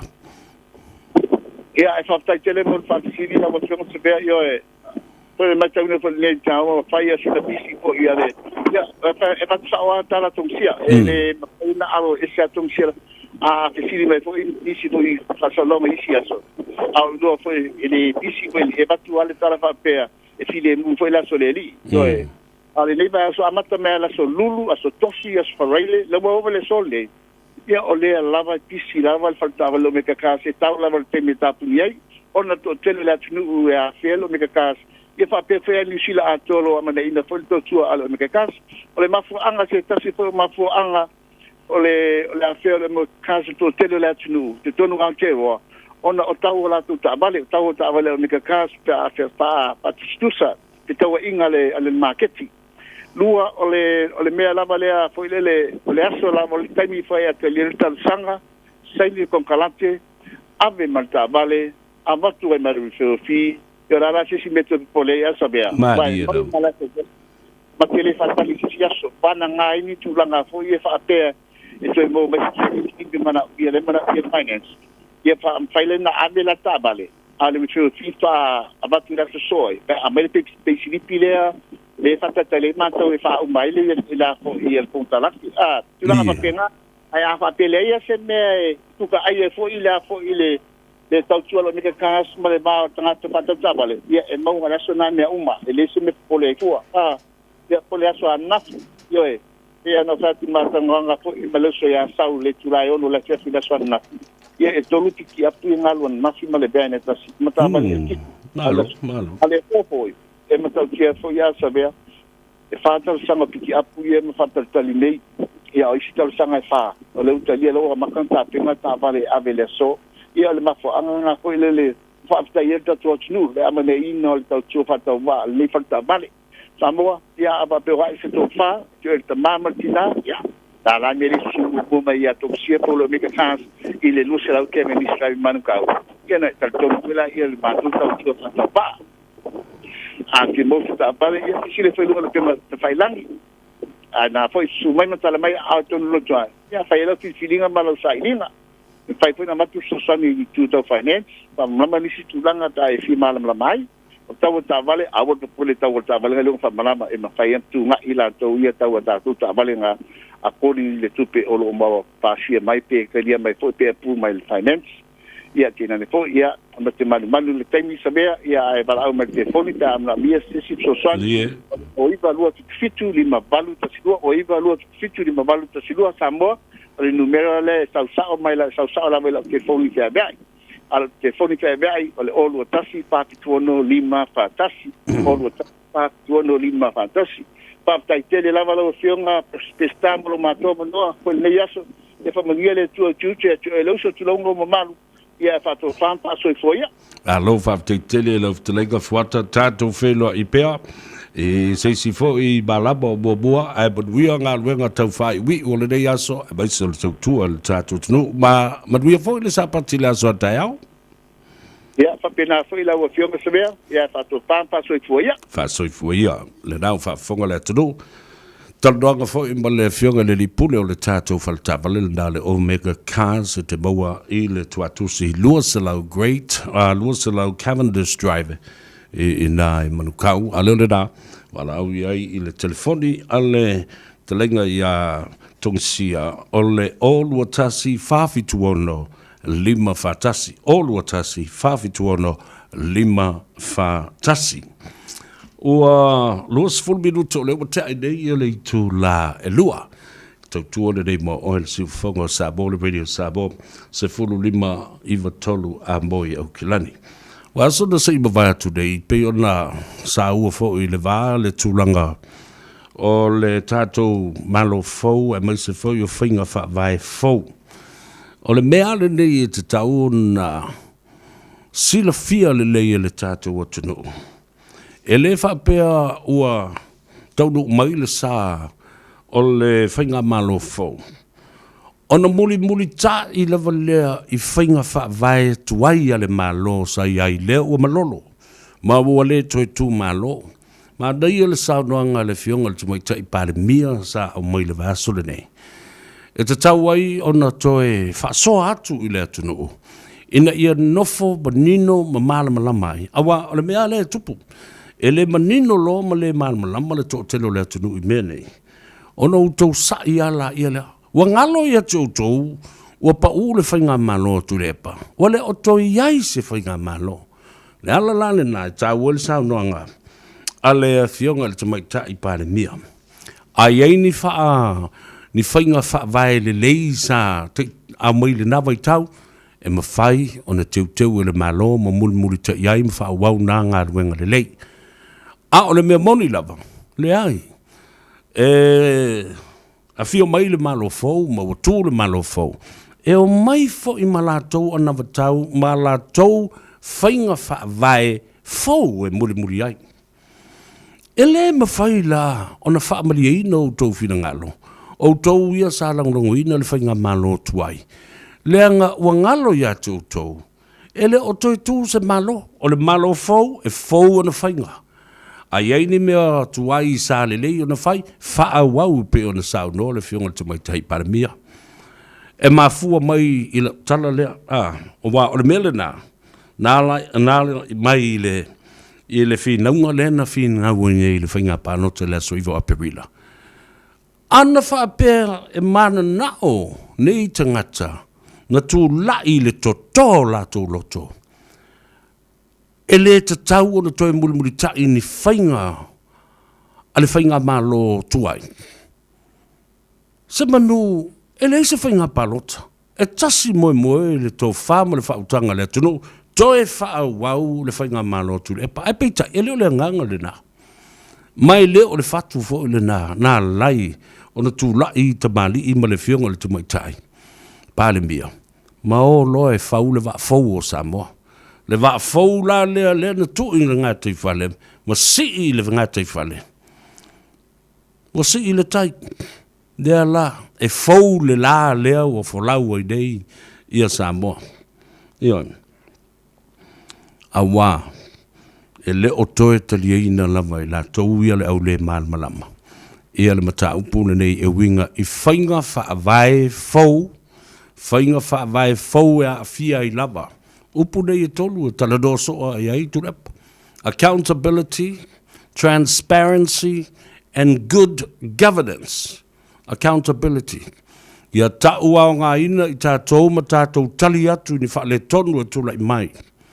Si ilo a ao ma mai o au na se e le mea le nā. E whape nei o na toi whasau. Sa o whape na o mala mele tula I mai nei I tula whono ia o pili e tonu ia na mai ma pasi e whatula whono. Le ais accountability o I la tau sa se ei mua I le whainga malo. E whape mai ai. Ea wa sasi ma wa se. Ai a tau awe fu I la tau le upu leo le sasi. Tama I sasi. Wha mai nai tama I mea lava. La iti e whaingo fio na whai. Wa vai le wha ma masangi o le tula whono. Au tū. I upu ia ma tala tau wha se ma le tau wha leanga ma le tau lama lama. E tā ina se ai le ngona ma whina ngalo o tangata. E pe au tau malia ia. Admit there was a huge failure in implementing and inserting those new bills 2020 for lands entitled court. Yo, mai te lele ngā ruenga o le tau ta pena atu nei ina ia whaasao ma whaatontonu whalau ai. Ia ngā ruenga ale whaamsinonga o whanua masua whaleanga o le whatu leo o Samoa atua. O I e lo te ai ma whai eita o tonga o lona ngase pe a o ina si mai a inga. I ngase ngase whaleanga nuu I o lātou mea sina o whanua masuafa ma ele. Esa au. Ai wa koe whaangungumi mai a, whaangungumi mai le tape ma kiri le marmala mai. I au tau whaafafonga pēa, lava pēa, iai. Whaafafonga pēa, iai. Ma o le ala fo I la le nā. Au tau whaafonga le saunoanga le fionga. Ile te maita I paremia, whaatasi fo I mare sui paremia, ai mwese fo I le saunoanga le fionga le te fono le lauri le mare atoa. Le ai se mea whapena e o mai loa le whainga malo fau le whaas tutuli tangata. Le ai. Le lau tau whaafonga I ai. To a wha o toi whaawhainga luenga ina o CEO ma whaulu lungo ma tā ngā luenga. I le vai asu na se I ma vai atu nei. Wa umona toi whaatau tō ina ua lātou toi apalai a lātou ngā luenga. Whela I le mele taulangi nei whamai. E o mai loa ia whia me malana vaenga tuli salalo. Lea o wawa I atu iai. Iai ana wha pefo ele toi fo. Masang ta whewhe le langa I fo I lunga peo te whau. Oi, wa tuli ai, wa tuli pai. Tu lau wha whanga Samoa. Wa tuli ai, wa tuli vai. Aka, wa tuli wha sol tu la fono. Ule ai se amana ia, wa ma. Talo fai le manino, le malama. Ia, nena, ona tātou se e mai loa lea. Ili unga le whaamsinonga contempt of court. Ilona palakalafa valus fulu ma le lima, si o le palakalafa ivas fulu. O tō laulanga nei, ale whaamsinonga, e winga, ia le ala, rimoni, a yafi. Whamai, as for you, le ala, rimoni, you lack understanding of the ramification of your actions that has caused by your actions. No. You lack understanding of the ramifications of your actions that has caused harm. E la I titi pea whasaboina, upu le upu. Mo oe le ala. Tulau langa lewa whae loa mai. Ai, fia manino le atunu I unga le whaamsino. Mo oe le ala. e matua I la I titi lo malama I le a'afiaga, the ramifications and the harm ma le a'afiaga ma tautia o au ngāioinga, o au upu ma mea sa whai. E whaaleanga ai le whaamsinonga. You lack that understanding. I lack, le uwha pertani o le lack. Vai te le lo mana malama I le winga o au mea na sa whai lo nuinga I whaipong sa I te le mana malama. Just trying to justify what was said. I wala mea nana tupu. Na mua wha leo e tula epa mea umanei. O no mai lola I o listo o te lewa pepese lava ma ua pei o se mea moni. A o lea na whai maile to ina. Ua umala na whātua e senga. E matua le whaavaea ana saunuanga. Mana tu o inga. Malana tau whaaleanga. Malona le mi ngao I upu sa lafo le whaamsinonga. Upu nao le whātua e senga. Regret and apologize. There was no evidence to prove na mea na ia tua ai ia le whaamsinonga. Ia lela wo o mailoi I. O upsa se uma whaatasi ai matua inga atula e pasawhai. E muri pongi sa uma ia atuai. Maisi whai pura muri ia lena na whaamangalo la tuwangsala. O ia mo, ai sa pepese ai lava. Ai le o se mea moni. Ia, tātou wo maila ia le tua. Whai mai, as for you, le ala rimoni. You showed no recognition, paragraph 85 to 90. You showed no recognition of the need to abide by the court's decisions. E le ai ma se vaenga na whailo ai. E te malamalama ma e whaaloalo. Ma e aile mana onga e te tau ai o na usta ia le unga o le whaamsinonga.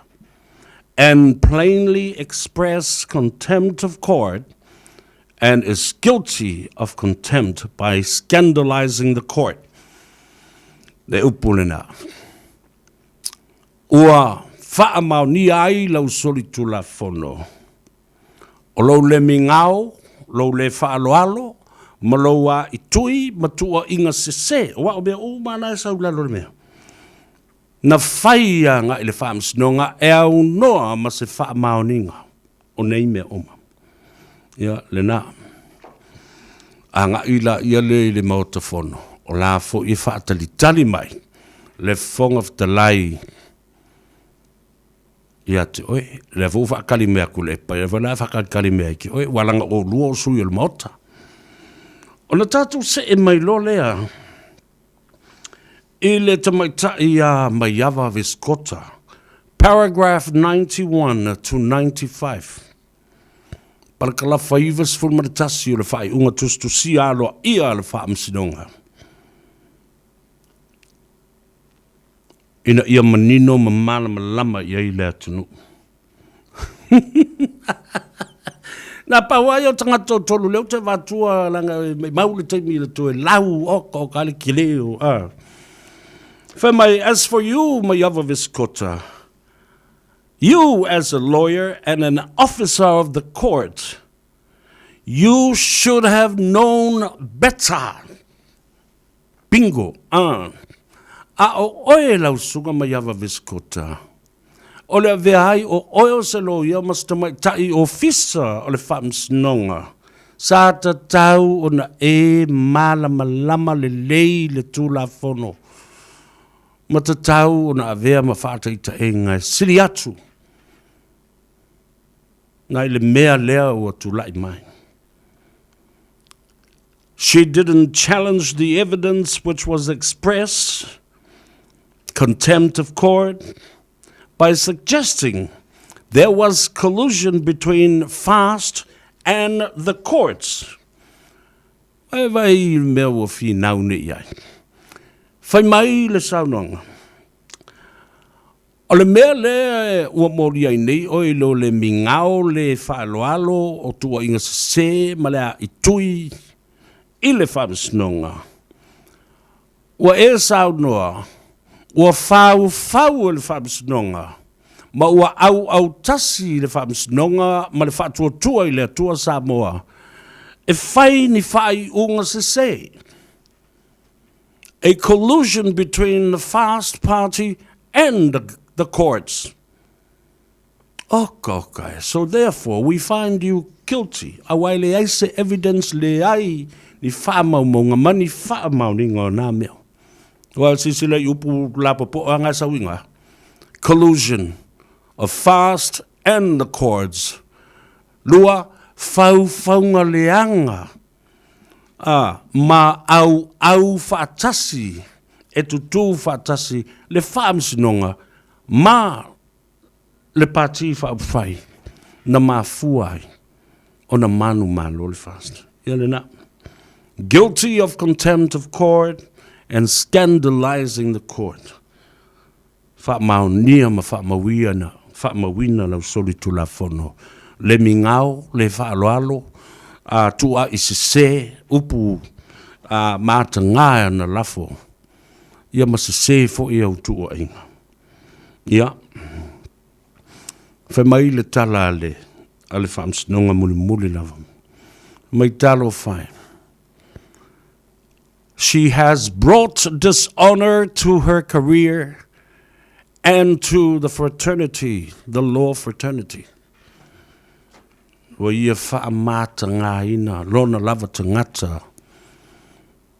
I lana tomai whaapito se lo ia. Whatasi ai ma le asosi. Lea lau tau loa nei i. O le awari i le luma, o tui ma leala. E whaatalitali mai ai le whongaftalai pe au suia le whono pe ato ea e atu. Ai o le tamaitai o mai awa veskota. E whaatalitali mai ai le Palestine. Ma le committee whaafoe o le Law Society of Samoa. Pe sei le leisene. Pe wha mawai foi i le tūlanga o le aveai o ios te maita i le stalaina ma ua pāi te tonu. O tawalu manga, ma le sosa iete alo ia lātou te tautuaina, ma tausisia, ma pui le tūlafono, ma tangata ma lātou a ia te tau le tūlafono. Wala fesidi a le ma tautia o lo tūlai mai. Na tu malo luanga lau leva ula kamu tu lau le whaafonga le tunu ma le langi whaasino le nata mali na whasiotia ma tangata valeina o le to'alua leo viskota tu lau a inga fia ma ngafa te tele fia paolo ma ngafa sili langi sa vea ma minista o le HIPP le ala le nao te whaia tua i lava o lo o toto pea lima na masaa ai le toto lea minsta o ngā. Puna ane ele e o mai i le so. E o mai i le so. A o lea lava, e whao pea o na alu le nei te maitai. Ma tai valea tu ailo na mafau fau e lango se pati na iei ne tangata na lato fasiotia se o na tolua. Ia whai o ele fas. Nei unga male whaanga. I unga male whaunga ino nā mea. Ano au le wa levanga o kifa esem. Oki mai eisa o kamai, ipe oki mai eisa o koro i inga whanga inga ngaka ma whaaleanga mea pēna. Ai whapengi fwoi lai. Se o kau mai lo u mawhawhause nei ko inga mea whapene. There nei no tala noi mene o meo NDAs, non-disclosure agreements between government and tangata na whai la tu wangsala. Matali tali e tangata nei ni tupe. Matao fia o la tu ngutu la tu toe tau te tala pe toe whai loa ni ungo nei mea. Ile lumanai, se ia o ina tu o e leo da futu. Non-disclosure agreements. E māsani o na whaia i le vāo tangata. E punitia ai le ami o tonu o le toi whaamatala ina o se vaenga o lea suenga ma lea whaamsinonga. Ia, ta ilo iai. O masal salonga na e leanga upu masani e lea tunu asal whaiva e le asal masalo. Non-disclosure agreements still exist, and it's part of law that prohibits you from talking about these issues later on in life. Yeah, nena. Ai lea lava lai tu fesiri e ilo mafofau. A foi na faia se malienga whapena ale avionga e mai ava viskota male malo ina ia punitia ai le toe lo tea le metaupulea. O lono winga, e ta tau whaila no yese tupe fesiringia i le vālea. Awa o le civil claim e tau na whai. It's the wrongful death of luangalau. Wrongful death. And that is a civil claim. I le ola, ma le soifuanga lue au na te ia o fasio te au no malona malama. I sana mea se ua whai. Ara welo uma i tangata. Ua mafua, o no luanga lau. Na watu i na te ki lingi atoa, ma mata na toe salu, ave ese le whalawhala, ma mea sa salu i lalo leo taota, ma pupuni le whalawhala. A mai umalunga, a mai luma. Na whaia i lona wha maoni, ma lona talitanunga. O le mea te tau na whai mo le atunu. Fa sao tupe le atunu. Aia, tulau sa mo o toi tau talangi ele mata apule nei. Alale mea na tupu ai. Wa vealo na nau. Ina ia whaia le wha maoni ma le ami o tonu. Ai tangata vale inai. E nisi, sa whaia la tau pisi, nisi ma company, o nisi fo i minister, o la tau konika late, e a fia i tau o fionga, o tau o fonga o ngā ruenga te tele le malo. Ia lea. Lona winga la, e ta tau lava ona iai se tupe sa whaanganga le malo, ma whamtu atu, i mea e tau, o meo non-disclosure agreements, o meo marilienga i lalo le tula fono, e le ma whai ona toi whailo, pe 4 miliona sa atu i natu, ina ia whaamalie i nai, le wharetua, ma le nofa halo, le ainga, le nuu, ma le itu malo, o le soifua ma i mau whaavale valea o le tele o le manao tele. O le tangata au ngā. Ia, tangata au ngā. Ia, le whaulinga mai. O loo whaau au pēr. O nā ngai ai le nei tua whine ma le nei tina e lango pēr.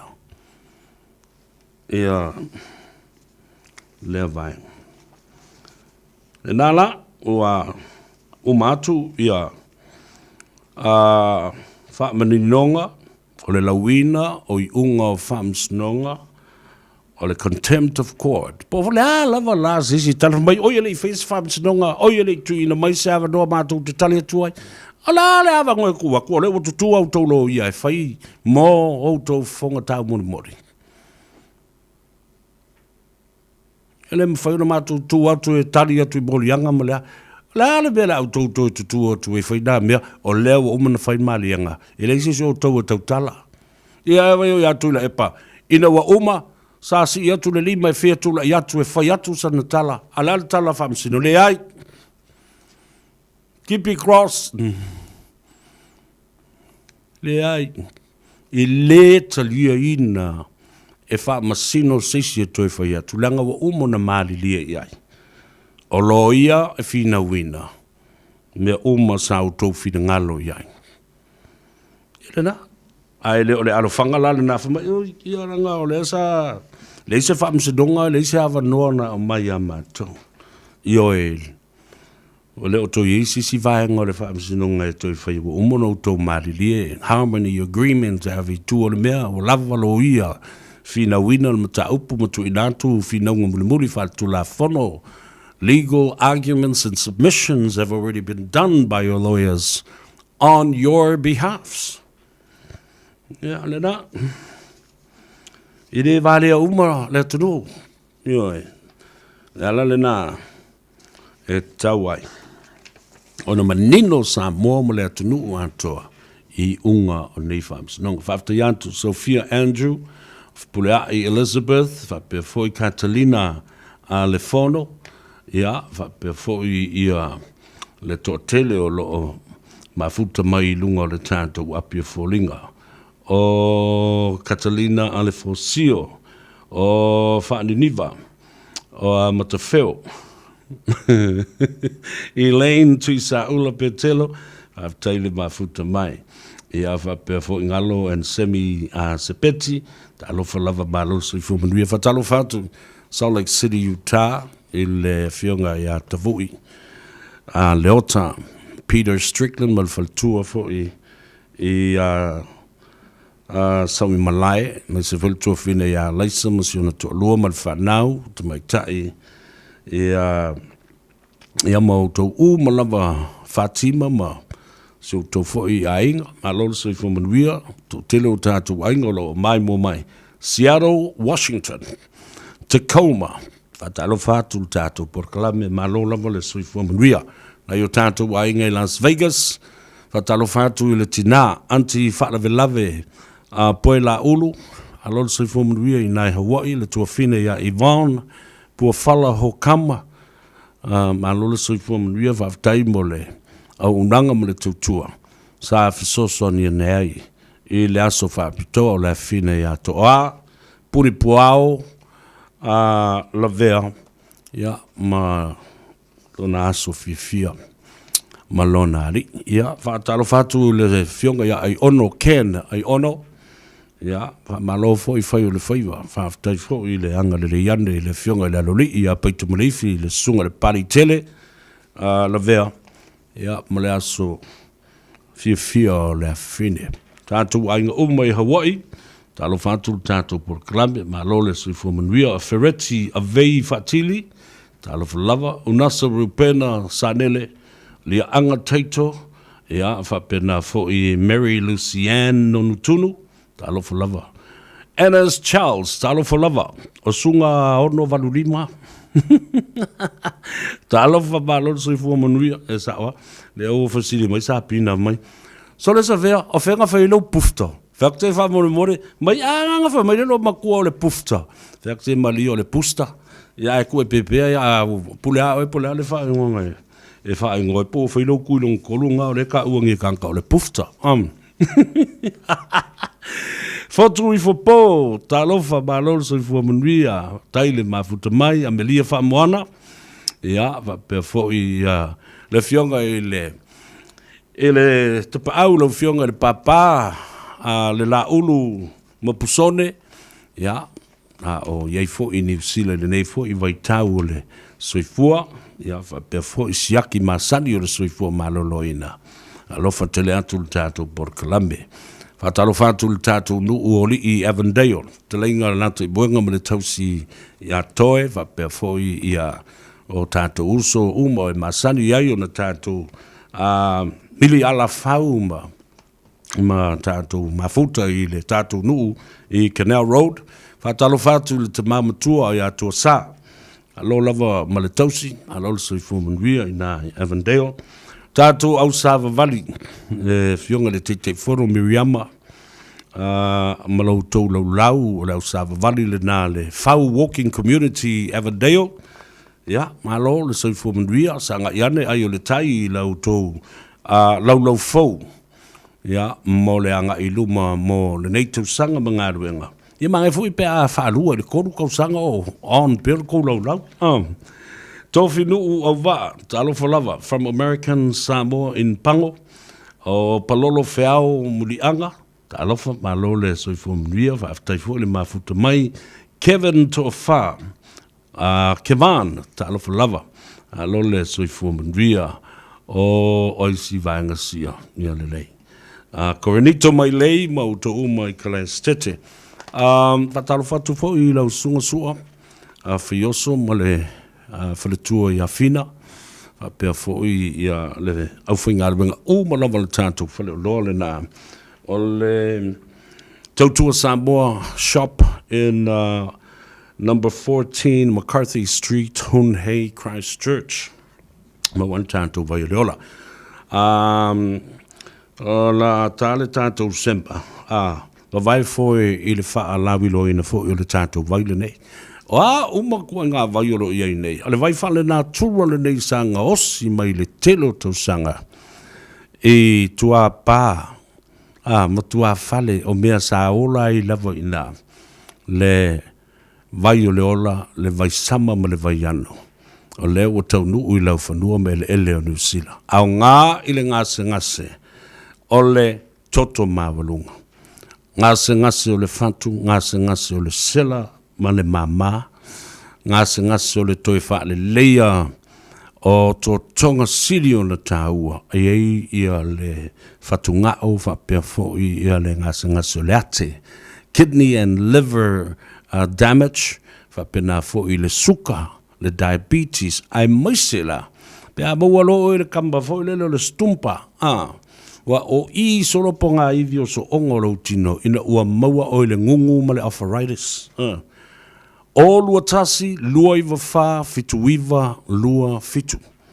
O lua tasi, lua iwa wha, fitu iwa, lua fitu. Tango e wha maule leile numero le nā. A wai eile teimi e te tapa I lo fiola. E vidi mai lo e Savea, ngā text mai o rakula ele wakula vai. Le nā wai lunga le tātou label le ngoa, Savea's family's traditional remedy. Ia, awa te tonu la I le ano ma le sama lea. Wha pia. Malia awa te vili mai. Tango e text mai lo swafa si mai o le tātou porkalame. Ia, ona wha pia nā lea ona o tali atu. O la mo se whaatita inga. A whapea o e tale te tau, ma e la e le malo fio le atunu, na e te sida fia le ti ngā le mea, o ina matatupa le au. E saua le au, ma sei ato mai ma a ano ma pau. Na e vai e pū solo vai ngolo tino. E pe, e matua I ti ngā. Tulau. E peina whao ngā seanga ese I ate oe, se I vai ane le whaafonga le atunu. Umalale ngā luenga. Oe wawa I le lenga ma le sama leo lo whaiei, le ano leo lo whaiei. Na umao ngā ningi o whafo, ma sama. E tasia le aso, aewa ai e ua toe so solo ato le pa ua toe la mo le mole ato lo tino. I le vave le ngā ioi o manua o le tino. Tango la e whaatustusa. Le me e whai le vai lea I to tonu o to tonga e te le o wa ai iai. E te le o wa ai iai. Ia, le na, o le tāua le na, o lau mana tua, o le vai wha le nā tura. O lua tasi, lua iwa wha, fitu iwa lua fitu, le leipo le na, o lo iai le ingo Savea malo na au ainga, o le telefoni, whaatasi ai, ma me umai whaatino ai le vai, e whaatonunga, e whaafia na inu le vai, ma mea e ao ngā I ai le vai I ngase ese. Ko kele foi au kourau a mio kaupoe, ua kou ofua whakaikai fo le vai e Savea masionga au ai, ngare ma I kangaka. Ma toi vili mai mo ua luatu. Ia māla malama le lei, o nei mea sina, o mea lava lātou ia le ainga, e pei o se mea na whawhano mai lesi tupulanga. Tō tele o tō tele masani o na whaia ni vai le ma. Au kou ofua loke fua mea, ia ngare mamai I o tangata. Ia na whaaleanga ma tau leanga tuaila ia lea o tau mawhainga vai anisi ainga ua loa o se dia le fast food tau sanga o whaatino. Ia nei ngā luenga. Ia ua o mai fu I o mātou lima. Ua tu whaatu. Ia manui, ele ia masaisi o miliongi ai. Ai o lea nganga o le mātou ta māmatua. Nā fua ai se lau ma le ono tau sanga whaato atu malo. Ia tu whaatu o le whaamanuianga whale nā tura ai. Lau o la au o pa o la au. E loa e le tō tele o tau. O ngā luenga mori mauna I a inga e whaatino a lātou ngā luenga whapea. Ina ia manuia ai tangata. I fofo, na fui mana tua le leilo mātou ta mama tua o se tau la sea au ngā mai loa le lei e tangata. I ana fofo mana vai sa fai. Ia le ngala ia. Talofa izu e sau Moors o fotu I fopo mai Alaska.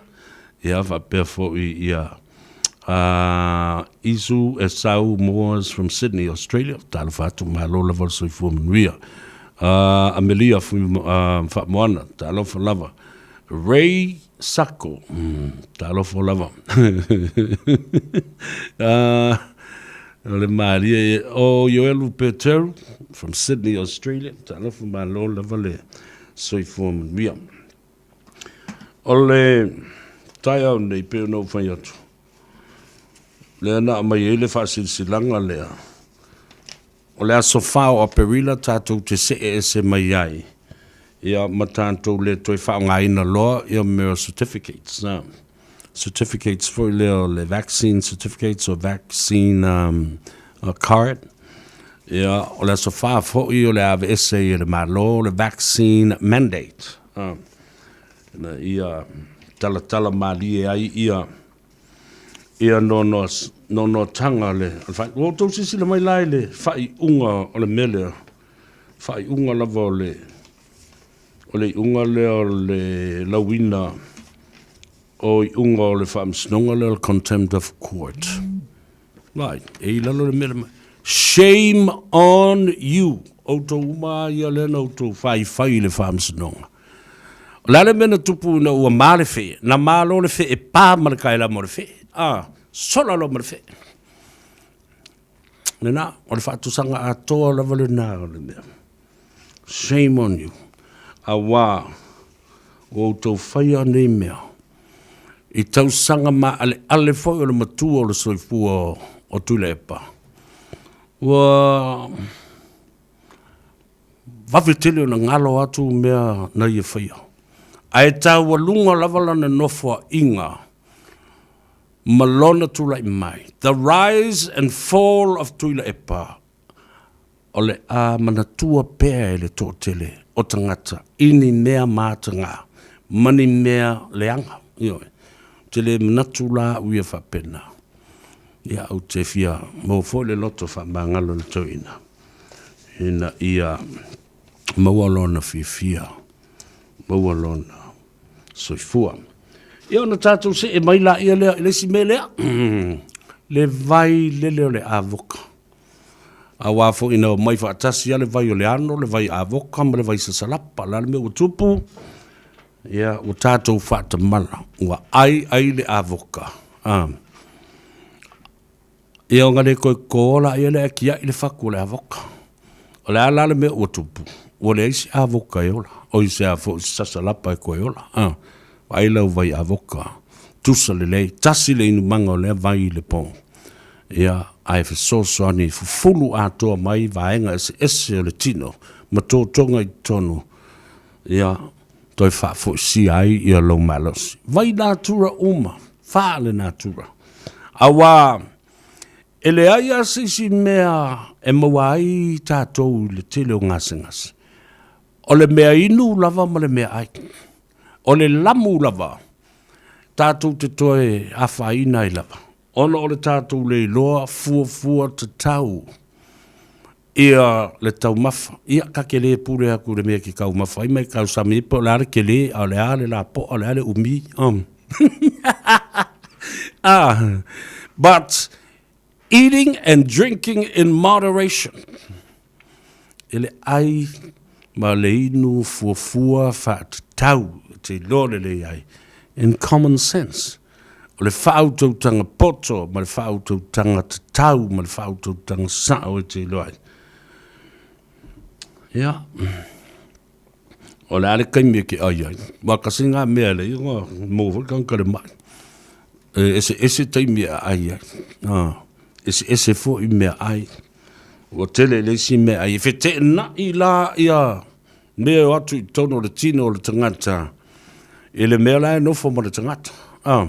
O kua le ia kau e ai kongolo o ngā mangawa mo. Mo ro whakawhaka. Ia o le tei o le tino, I le masani, I le mea o momori aku I le kaimi. i le kao le fia le vaveao o le ai sau vai avoka ia malau vai o le ola o le ano o nisi nei o tātou whale o loa o ina i le awhionga i le saolii i le luas a sfulma le tolu Lappington Road i Otara off i Otara Road le whionga i atuala tau wā tino tau pau sfulma le tolu Lappington Road i male whale tua i a peka o le sia tātou whale o loa lo i ai Manurua lua sfulma le lua Templeton Place i Glendon Manurua 22 22 Templeton Place Glendon Manurua le si tātou whale o loa i nai Henderson o le no whanga le nā leo tau te sisila mai ia lo fa au le ia u le utua fine ia fa nimo ma le uso ia fa sau ma le no fa alo ma le ainga Alicia's Pacific Fashion ia na lana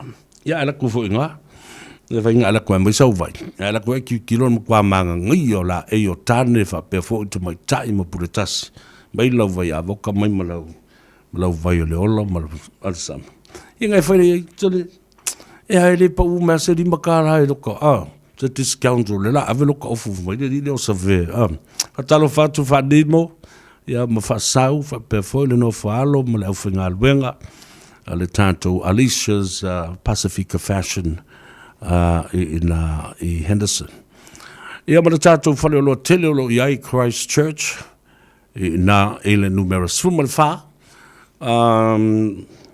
McCarthy Street, Hunhei i Kalestete.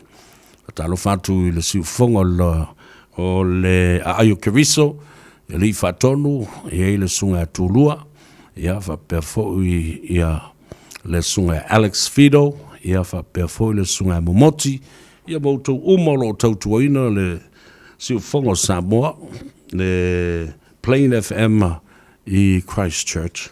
Lo longo pui ali ai ia ma family ia tu ia tu umolo tau mo mafa ma maua mai li poti i le anga le leio le tua e ta wala mai i le vai le ola ma le vai avoka ua tu e fafu sia ai le tele o le malos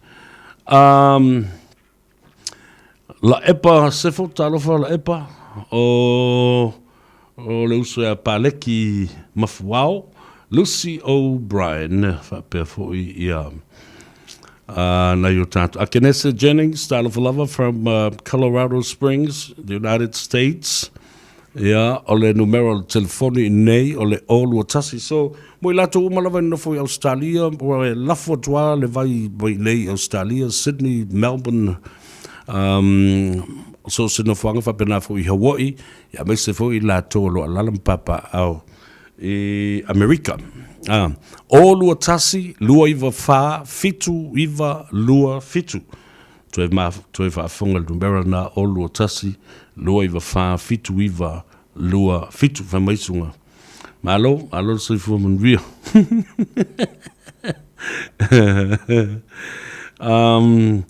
Mr. Tin, 7-1.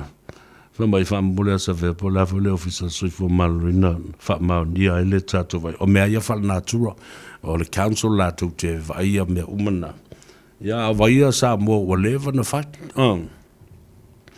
le ole a tato wo eva vai foi fo i mai sa ili serve no tato to tala no to awasiri poti mai le tato fa le tavale le car for you ina ia mo fo ia te tātou si le fia fo le tūlanga o le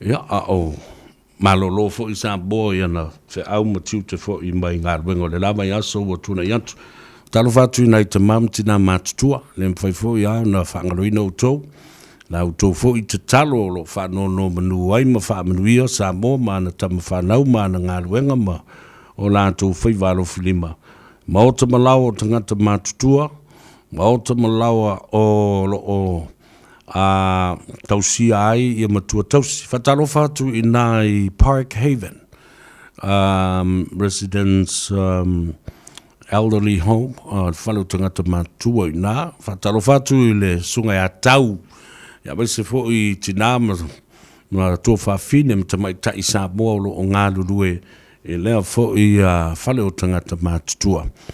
I mangele, e whatalo whatu tau, ma lole soi fuamanuia.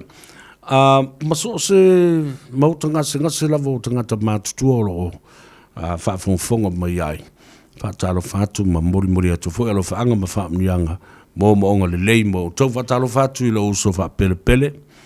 Lau whionga i le saolei, tuala, tau wā tino, tau pau, i te talo lau fo i le tua i awe whafo sia le malos, ia, mo fo i le lo tutele, au ngā fo i to mai whaapitoa o le imta mai taifo mai, ta wala tuai, le anga le lei o le tātou tapa au siri le langi, i lau whionga, alofa tele mo lau whionga, e whapefo le tātou tina matua ia me tita, ia male ainga toa, ia whapefo i nei a tātou whanau, Talo fatu I meleta teisau, talo lava malole soifua mnuia. O le telefoni leo lo mna o mai ole o lua tasi, lua iwa wha, fitu iwa, lua fitu. O lua tasi, lua iwa wha, fitu iwa, lua fitu. Ako ua kare pesele whano fi mari e fo I le atunu, fo I mai, wha wau le tātou por kalamere so.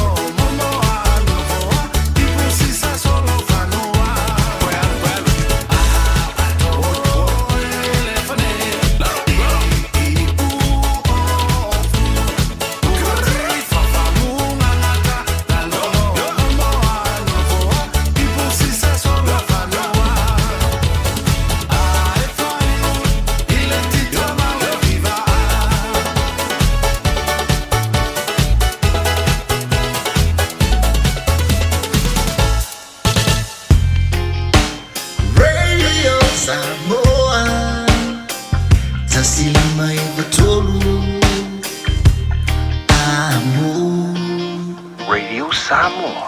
Tasilima tu amo.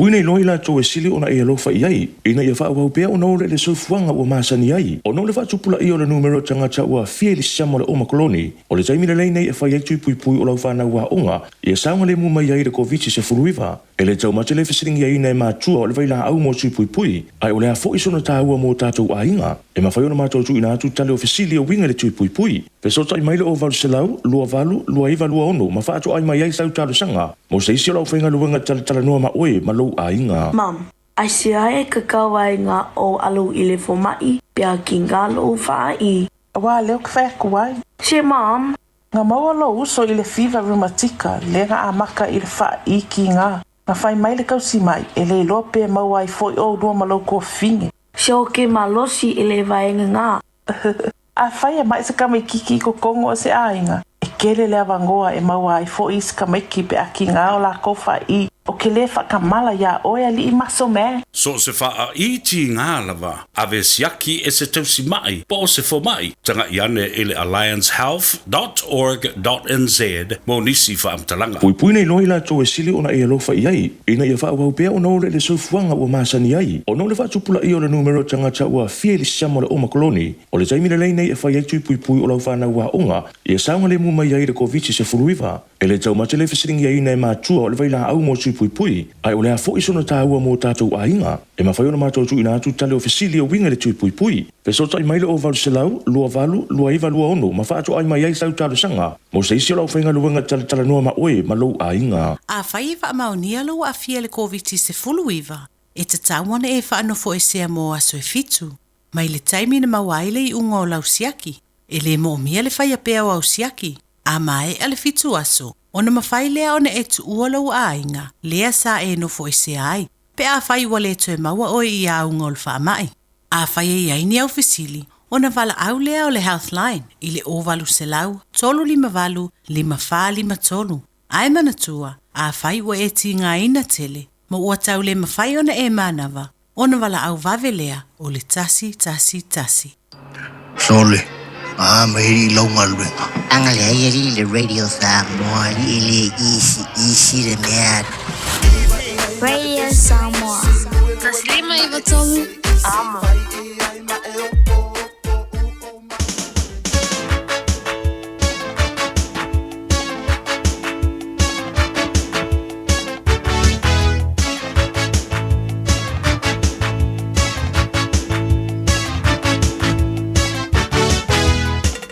Tia pula, al tau lele a. Tamai le oso e fisi le leira mata. Et sto e tia pula, matanu le parpala. Asa uli le faiva, o le tau lele a. Ai le leira mata, pau matstau ma le ola. Avane mani nai fai e fai ai sana o ta. A talau liu, o le tau lele a. E fai o le o whangai o so soanga irunga. Ao oi le tumu, fai lo ne ngā ruenga. Tu i tamai tira papa tu ala toia ina pe amana mai ngā ruenga ua le lava e usura na tau pese o na whai ai leo tuunga a tau tu le awa e le tau le lea ia aua nei mata fefe a ia mata alia e whaasani tirona i e mawhaali a lila na pea a tau tu le awa e le tau le lea ia aua nei mata fefe a ia mata alia e whaasani tirona i e mawhaali a lila na pea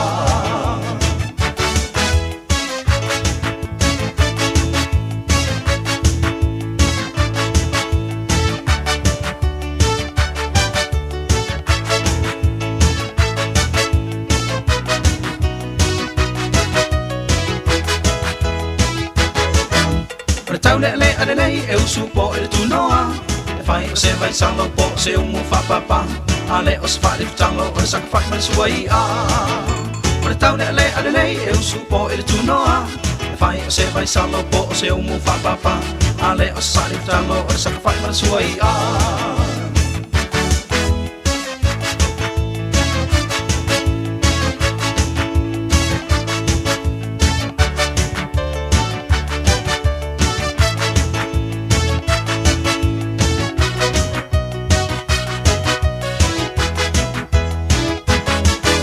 o le isi tau le ai na o le usu ti fanga o le isi tau le a wa mi o fato ina ia uma o le tau sami ai ta o to fa o le tele tau le a o le o i fanga mo ta o le tele tau le o le toi o ni ma o manga a wana o fata tali se i matua le wata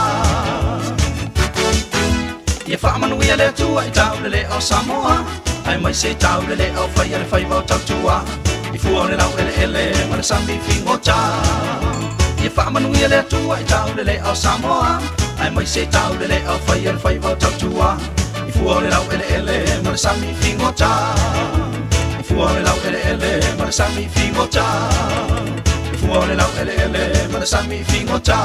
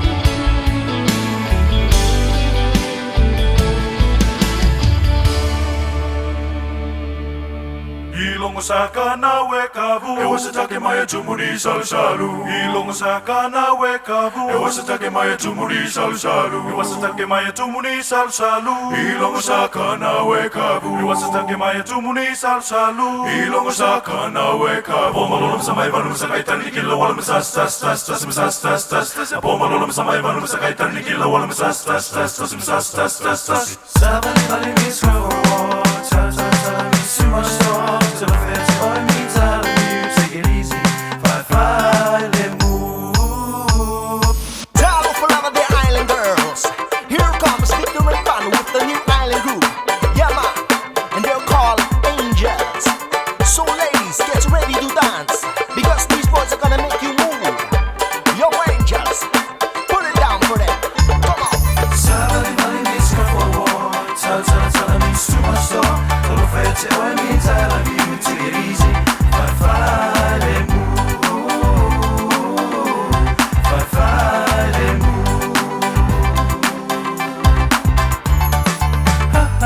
Telling our time, I talk to all of these eyes, where my sofa, maluma. So yeah, tell if I lie. So yeah, tell if I lie. Telling our time, I talk to all of these eyes, where my sofa, maluma. So yeah, tell if I lie. So yeah, tell if I lie.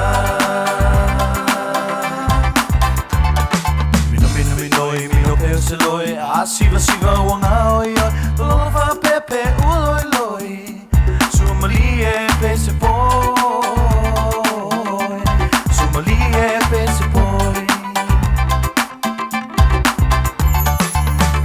Minoi pese loya, siva siva wanga oya, lova pepe uloi loi, sumalie pese boy,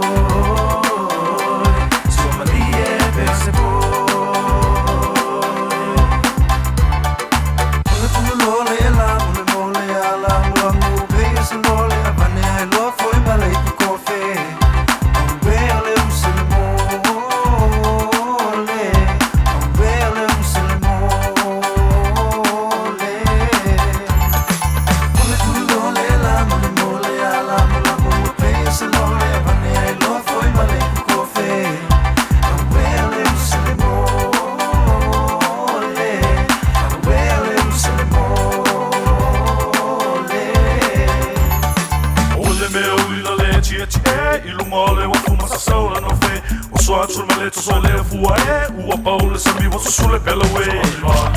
Means go for a walk. Means too much talk.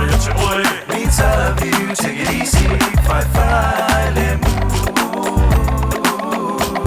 Fight, fight, let move.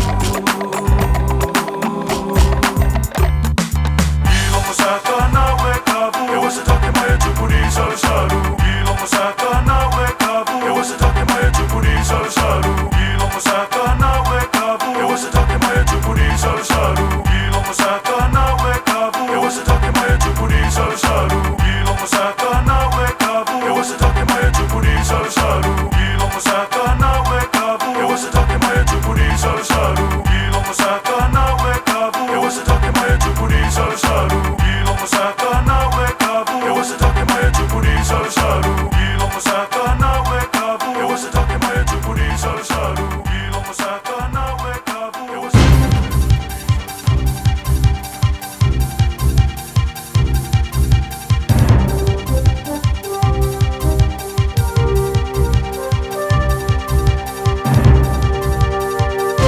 In this update, France is planning a humanitarian mission to evacuate Ukrainians stuck in the besieged port city of Mariupol.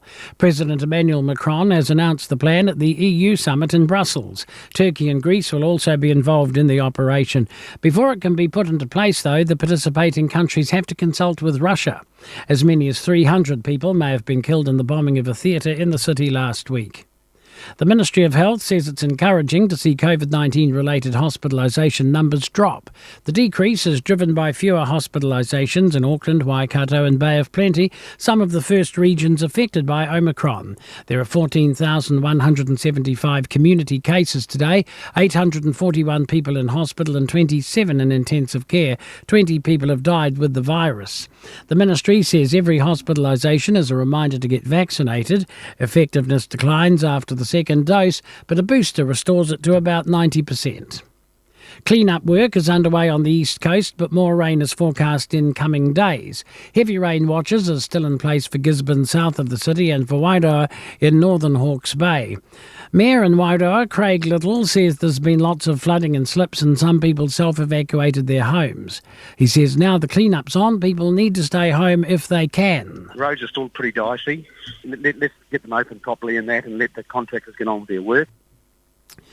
Police are looking for specific groups of people after a woman was found dead in Gisborne.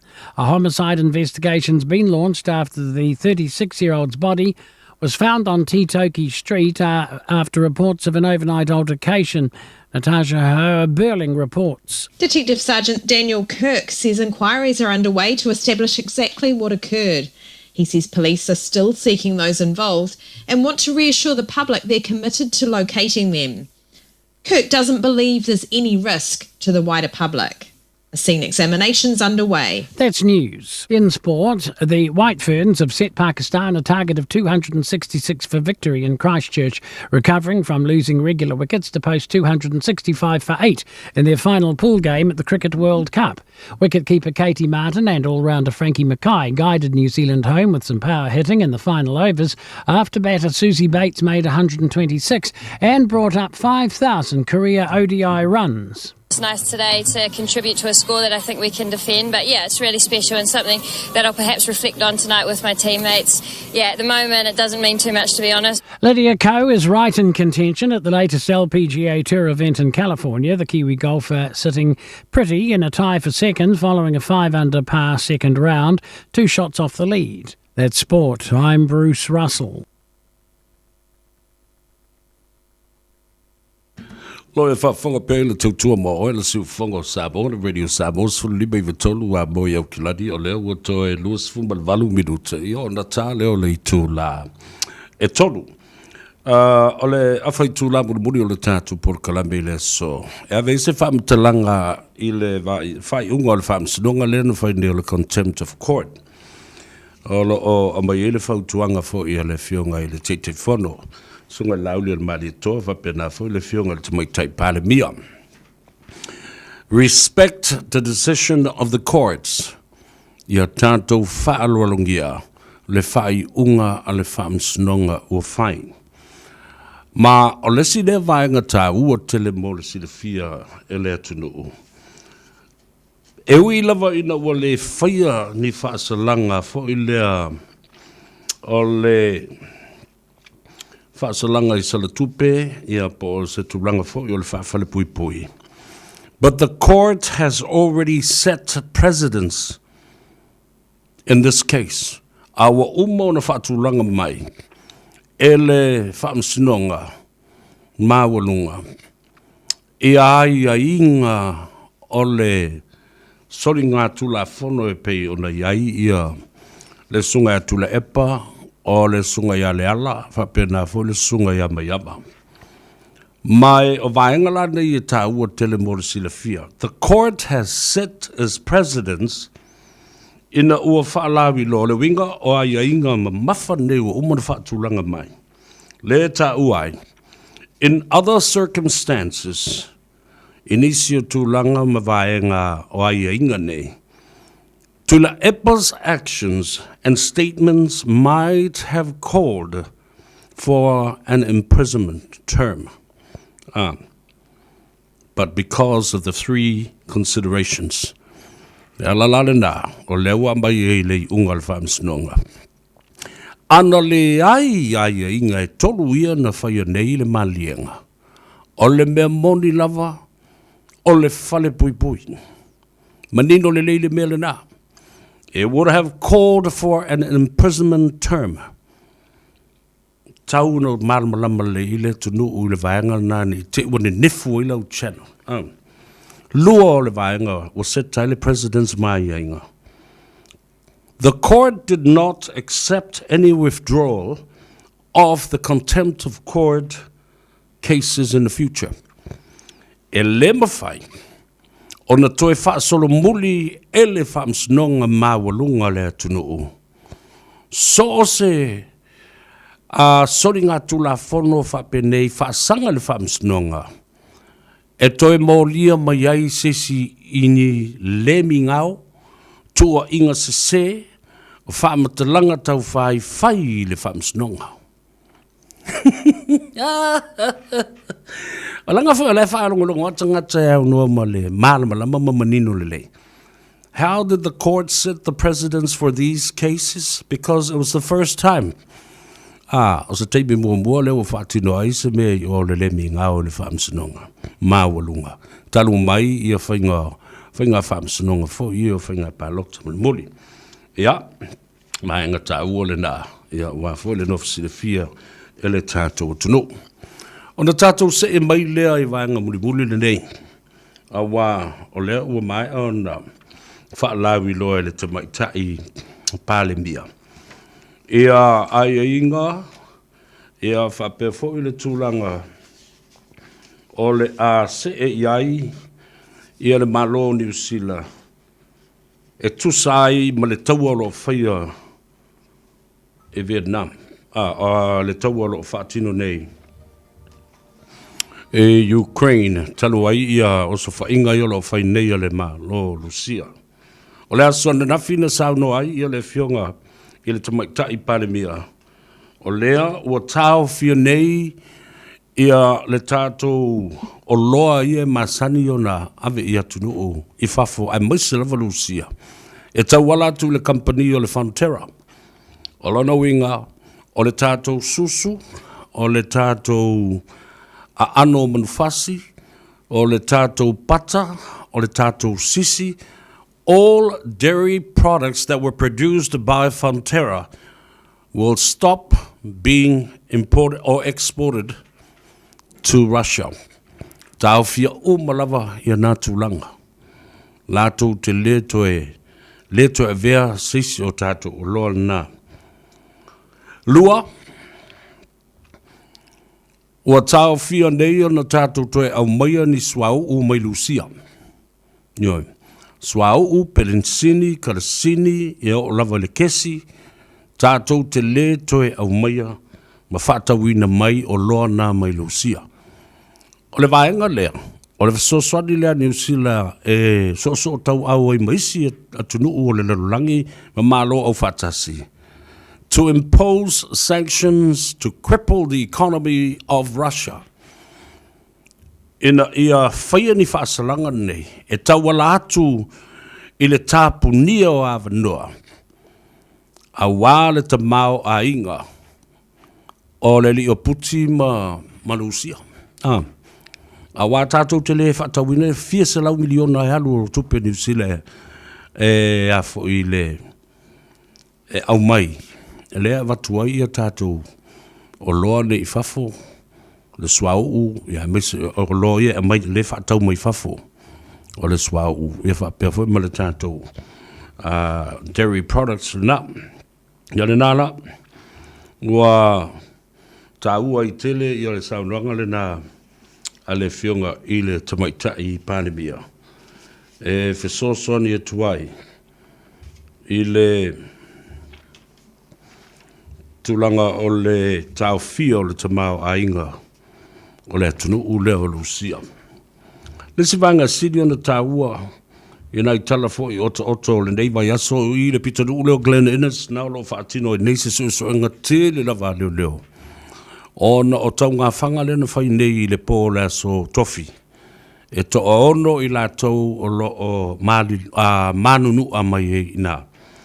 I le street le o ta o le Heatherbank. O te oso so o toa ina le street nai. I Heatherbank I Glen Innes. Ma ua whautua ina le tātou todo. Tūtū ma mau ese mai nāno whanga. Whaisi matautia. A very dangerous place to be. while the police are carrying out their investigation of the shooting that injured 6 people on Thursday night. Taua tele lalo nofo si le fia mamana malama o ala pata ia tatou. Wafu kako. E fia ke le palo le fanga pe o waku ba. O soange sisi maseanga ese po le atu inga tula fa pena. E oe maka. Oe maimbo. Oe mo ili ma fai ale me le fai kakala. Amra susu e kala mo me fa pena. Le bela e tupu. Te ia wai la vea i fua se purufana. E se ma ia oe. Ia peke ia wa o foi sisi kalo nguku o se me se la au ane ke kuku a ke le o maro. Fatu foi. Fatu fa fonga le tunu. Tatou alo mamau ese mai no fanga o tupu ai fa le fa pene. O lea ua fa ilo atu. Ia o le tautu o le nā si fonga Samoa. Longo pui ali i malapta ia lo tatu turu i no whanga mantua la Heather Bank Glen Innes ia awe ki halu fu i nga ai e watu fu le fam talanga le nei wa e lo ai ai la kulo e oso lau ka ma fe la le meren ka umere di lo sa fe ole ku pure ia ka nga whanga e ke ana wa so ka vale fu o le so fe o le nga fu yo City Politi o e ma stay put, hold to your horse in alto fale ma lo le ai O suenga le vai asona si mavai atu nei whaingoina le whalapuputonga ta o le Global Research Index of Safe Communities and Safe Countries. I le lalolangi pe a whai e ngā pā se tau alon tonu lalolangi. Wa whaatulanga mai e whapene. The safest countries in the world to live if ever a World War III breaks out. O atunu unei, ua sili o na saunga le mo, pe a whai e toe ngā pā, sisi tau alo na toru le lulangi, ma kua lewa umole lua, kasi lua. O longa winga lea, wawa e kuai ua ngā kolu si a kako ambio. E numera tasi i ale atunu uleo Iceland. Mafu angane i alai ona le, ona saunga le mu ia Iceland. Iceland ena mai le tato vale le vo le na vesi ni. E sili ona mamau ese. Ia mai o se atunu u e fo ile maunga, ma u fo i ona tusia i lona whaavai. O le whaavai o se atunu u mara malama ma le file mu. E le te tau mai la tau te le fia aia I ni taua e whai pe ngā pā I sisi vaenga lo rangi.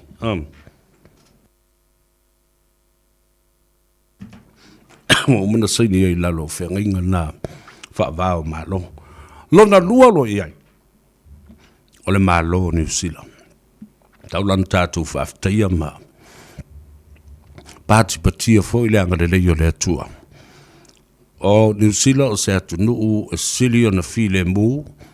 Mai mawhai fōi o na veo se nofuanga saunga le mu.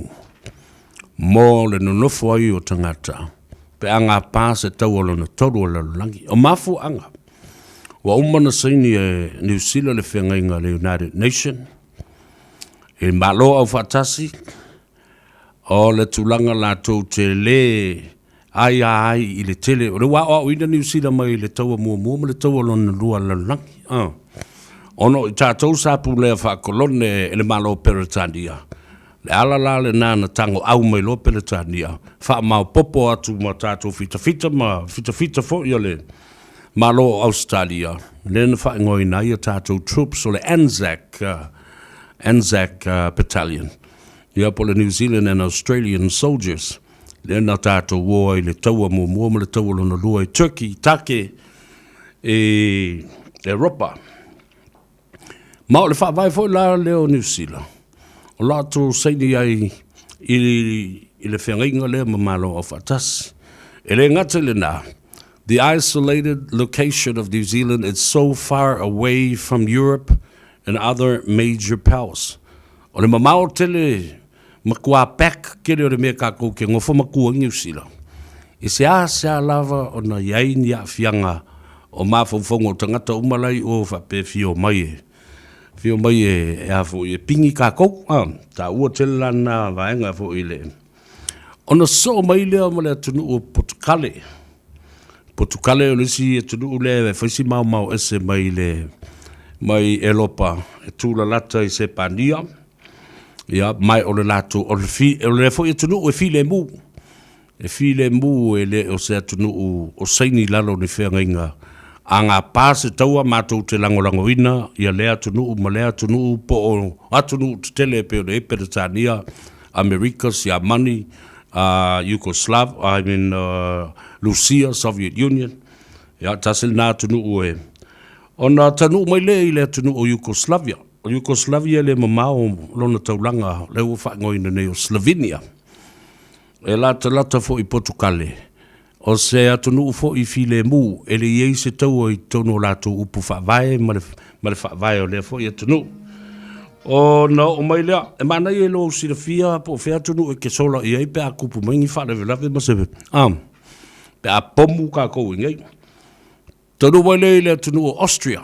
Austria e tula lata i atu maunga o Seamani.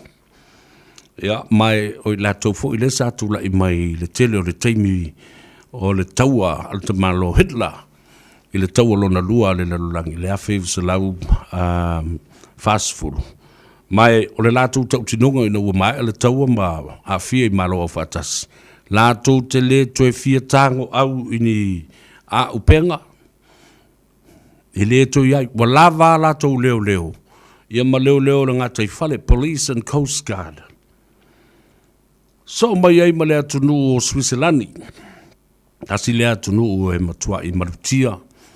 Ia, mama mau ese, e motu ese atua, al vanga le nei. Aialani, tasi lea tunu, mo lea tunu leo aialani. Mana tua fo isa iai le IRA Army.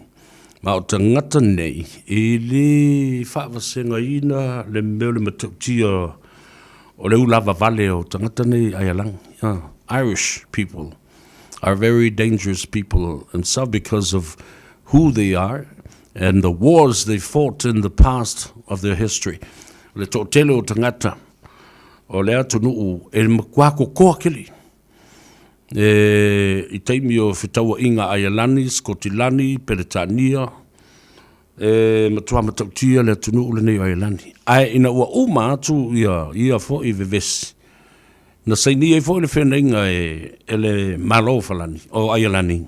I le koe fia kau, o lava lea. O lo whakangaka o lo ua kungu ma lo malo, he whana na mai ma, sa o loto ma ola fia tangata uma. Ma tau te le toi tango au ni a upenga.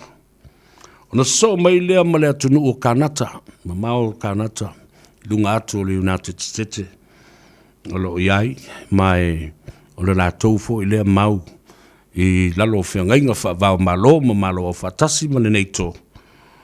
Lātou te le toe fia tango au. A o le atunu leo Kanata. Se mai le au soe.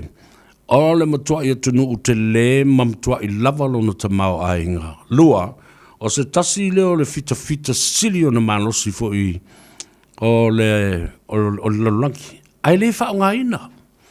E le whaonga ina, matango au ia na fita. Ono o whiangainga wa umana sainia. Lātou te le fia iei fo i se taua. Amu ia ngia kunga. E tasia e lua ia malo asia. E saunga le mu o Iapani, ma Singapore. Mana tua fo Iapani le whiangainga lea na sainia nei ma Amerika ma le malo o fatas. I le fio lava vale o Iapani lea na lātou pomu inai ma osofa ia le wafu o Pearl Harbor. Na ngā pāe lo ma le tau alo na lua le lalangi i Amerika, i Hawaii, le na tula i mele. Whiosoi loa ma Amerika, ma fausia loa ma le mea tau whanukilia whātontonu o le pomu atomika le nga pā i Hiroshima. E 4 miliona tangata Iapani na whasio tiai. Ngā pā e ngā moe no ma Iapangi e le i koe iai se ami, e iei ale ami Iapangi. A walaku, o ma i masau salonga. Awa wa uma mai au ngā tupulanga, sau maisi a ngā tupulanga. Aile I uma le a fianga o le kesi o ona lea na pāile pomu I Hiroshima. E o mai le so lo whanawhana u pēr whawhine, ma tina ma te maitai o au ngā tupulanga mai mātua na māli liu le pomu, ma le a fianga o mea sa whaalenga ina, e mai se po I le si o manga, o le ea marakasa, o lo whanana u mai pēr whawhine, tina ma te maitai. Ma mea e ta o deformed children, whanga u mai lea, e le se maka, e le kalinga, e le ingi lima, le ingi vai tu lou le whaafonga le atunu. Ioi, opu ta sa opu iu te tala noa tuai. Nā ngai lava le research na whaatino. O le a fianga la le nā, e o mai le taimi nei, o kasa o ona umana na pā ile pomu. Lea lava e mana wanawa ina e Japani, mō la tū tangata. Ma tupu mai e I mai whape. E o I mea ola. Ia e whanga umarisi mea ola, le ise au vai alalo. Ara ngai whanga umai ia sisi mea ola, e lima I tangata, ai vai I pua. Tulou le wafu.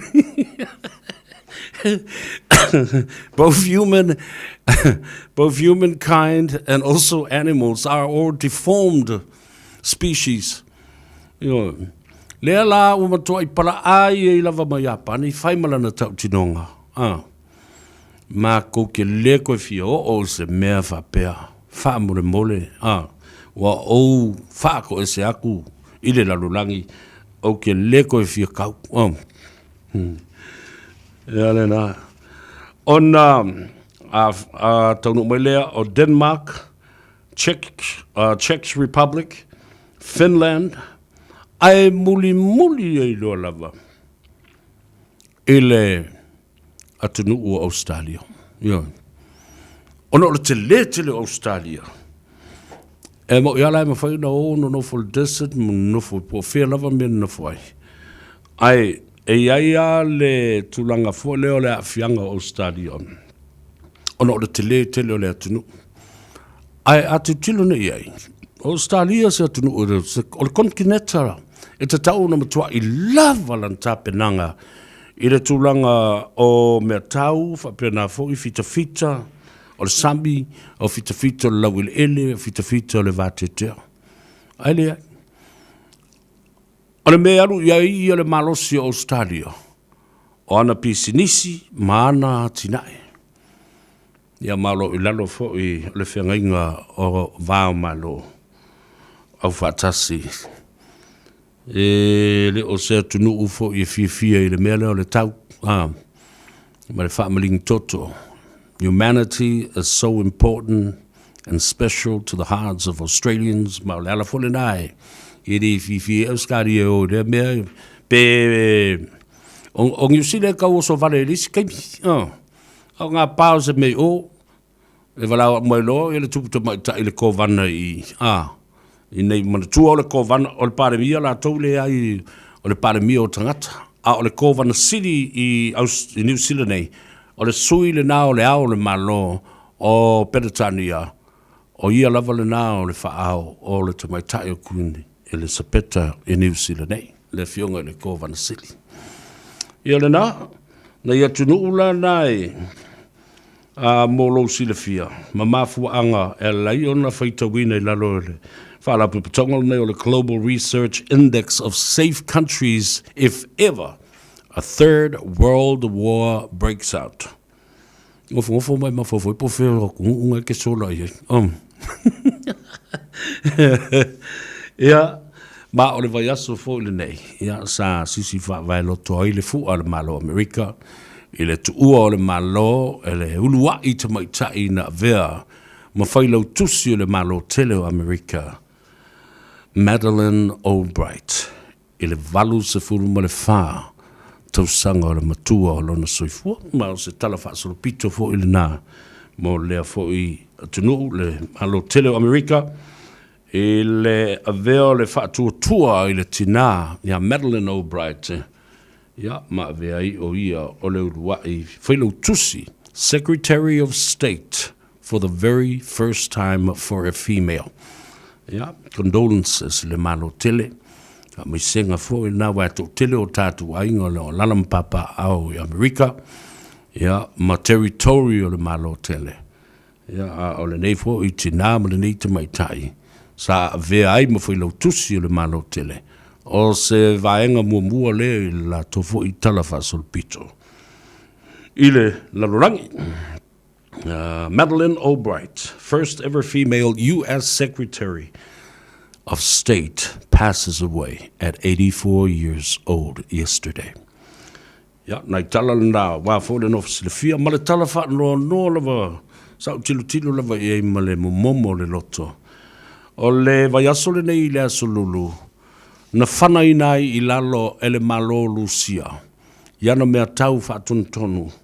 Le le tau sa malanga ai le te maita e whaato ulu pomu I lunga o Lucia mana tangata malanto tanks fo I tau. O le te maita I Savea ma Miss Ukraine, Miss Universe o le lalolangi, o le au le leo le kenge sole. At 28 years old, and a fighter pilot, a female fighter pilot. Tia I uma ana ngā wenga modeling, ma ana ngā wenga Samoa I le telo tupi ma milionea. O le te maita I sili ale ana la le leo Ukraine, le ana manu malo le Miss Universe. O le te maita I le ana whana ina I lalo. Awaina tu uma ngā wenga. Ai sau tai le vaenga o fita whaapitoa o le vate tea. Fita whaapitoa o le Air Force of Ukraine. Ia, ma liua I le asolulu na sei ma vai atu nei. Natasha Koshabrov, le ngonga wai ma lie fo I le whaleo ino. O ingo tangata nei. Ya, oi se te mai tai la le tala vau e oi lo lau siusi lona soifua ma tele ana tupe tia I uba na mea ai saupunga le vale le alu e kau ya o se tala faa momoiloto le na. She was 28 years old, shot down by Russian forces, a hero in the people's heart. But not long after celebration of the World International Women's Day. What a sacrifice. Ala vai so ale na sei ma vai atu nei. Le foi na tātou pati ai le whailunga ina o le aso tele whaavao malo I le larulangi. O le sao tāu o tina matamaita. Yes, I wawai le nei sao tāu. A sacrifice. Na osi le taulanga e ola mo lona atunu. Tu inatu lona ola mo lona atunu. Ya, le na. O tātou tala na. Ya, whanofo fi mali ei, ma mawhau uia le tangata lantou uia. I wingo nei mea, mo le tau olo o fulai mai nei. Ma le a fianga o I tātou umba. O le ai. Le si vaenga leo le saunronga le fionga le tamaita I paramia I la sonafi. Jacinta Ardern announces the sanctions against Russia's products and oil. Frontera will open New Zealand borders and offer 2-year special visas for Ukraine families. E te ilua I a tausanga o le visa leo fua I tunei ma whaatanga e le malo New Zealand ta wala mai le fionga le minsta o fe malanga inga, minsta o tangata sulfai, fa pe fo le fionga le tumaita I paramia, Jacinta Ardern, I le aso na nafi. So o tangata Ukraine, malava o lo nofo I New Zealand, mo wa veo tangata anu, masit seni o le atunu nei. O lewa tu ina atu ele wha manuianga le na, ina ia mawhai, o na au mai u tau a inga o lo o a fia I le taua le teimile nei, tonu New Zealand. A free visa for 2 years. Yeah. Le whaitau a whaila o tangata Ukraine I tono New Zealand. Lo maua mai I whaamaunga le statistics ma le mtanga benga o whaamaunga ma whainumera. Whaafe montupu. Whaafe montupu lo winga la. A au mai a ingo tangata nei. Ya, o le whai ungo umana whai le kapireta ma le malo New Zealand. And also, New Zealand has an obligation to the United Nations in terms of accepting refugee status quota.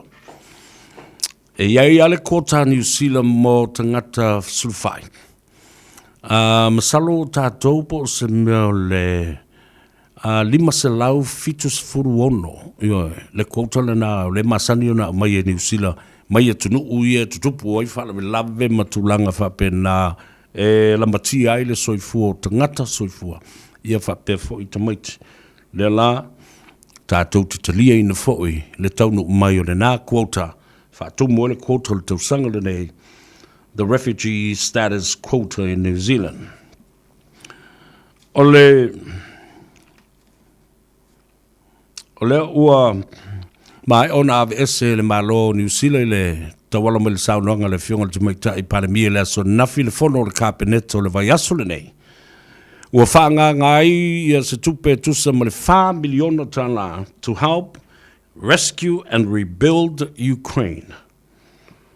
Yeah. Taua.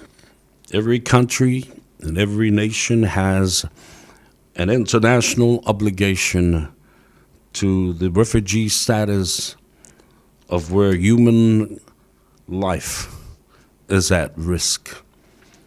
Ona umatua i leo le tātou por kalame le so, o le mana o e tala le leina e toi tala noi na i fo i nisi vaenga o le whamsinonga wa le text matter, misi Savea si kakala i le mese i whai akungi kala whakule ai.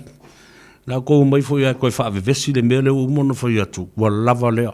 Respect the court's decision in terms of contempt of court. O le advice, ma o le tua lalo le nā le fionga le tumai tai paramia. Whapena fo le sunga la ulia le mali atoa. Tele is whamsinong kako kere tuli matai ma matai tuina le vās fau. O le whamsinong al nai le vāo le Palestine. O le whamsinong o whanua maswafa. Le sunga i afpurea i ati la ropati. Whapena fo i male malo. Le loia sili, whaatasi ai, ma le whaasanga tau, i le whaatonunga a le fionga i le minstau whaamsinonga. Tātou talia, lupe o maunu, ia, te iatu lau tau sui fua i le vāsa fau, o foi le ava noa tātou te wheilo i ei pēr, ma longo pui o li ilo tau pa i o mawalunga, le tusamba mea lau tutupu. A o le wha manino ina, ma wha pula ina i se a wala whaingo fie, e te malama le lei ai, i mea o tutupu, ia ma wha i unga ua whai. Ma le tau wha leanga, ma le tau lama, o isi te ngata lo lātu, tau ma whai pēr e su eni i lunga le file mu o le atunu.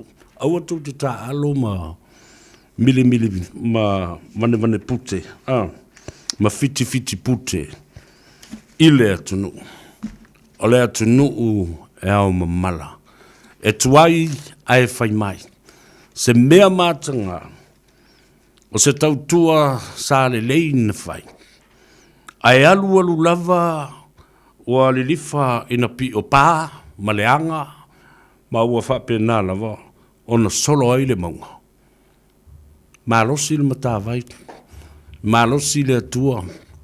E le ta alo se si le atua malana fuafuanga ina ia whātū le malo fau.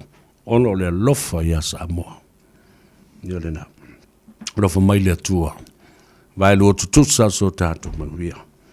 Manuia le atua i le whainga aluenga tutofi. Mo lantu whare tua i whata whaita uranga e fia.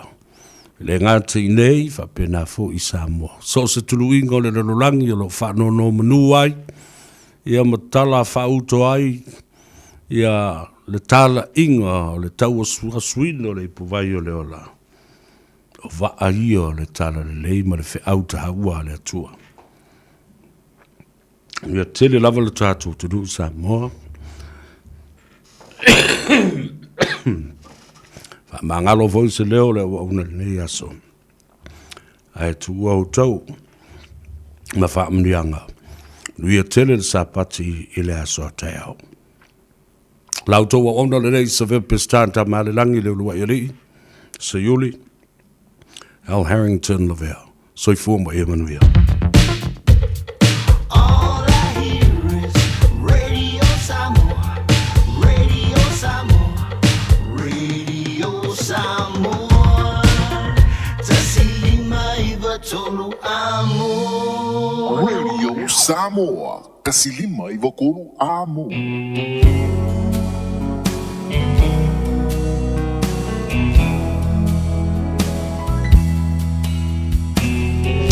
Well, folks, thank you so much for being with me, keeping me company. I certainly enjoyed your company as well.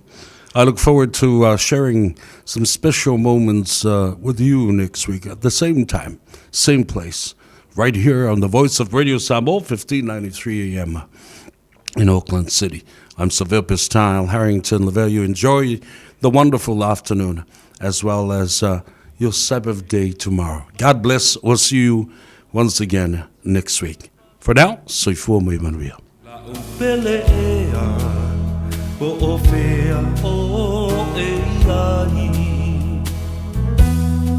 Lalulangi pua male manunu, wasola lela fasulu sulu, unai o folinai, wamo watu.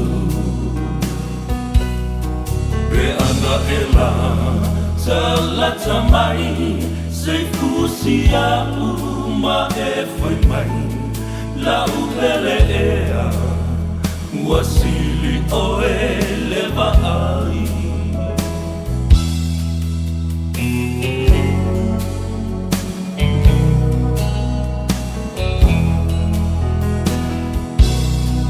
Emoni ai O Solomona, o vai e telele tineia lelofa, e sole sami, ma le au e fe tafeai.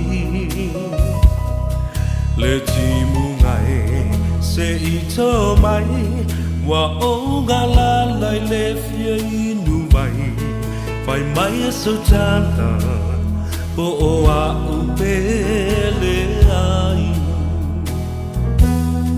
Lalulangi pua male manu, wasola lela fasulu sulu, unai o folingai, wamo watu.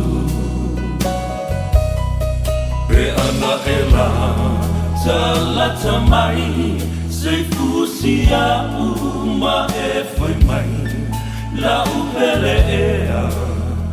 Wasili oe leva ai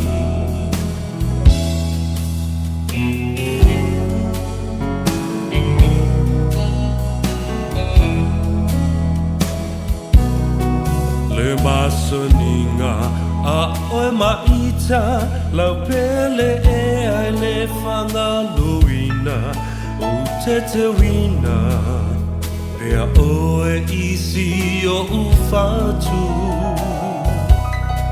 O na punava o si o tau langa O mea lelei ma mea leanga Ua le sawai so o se tangata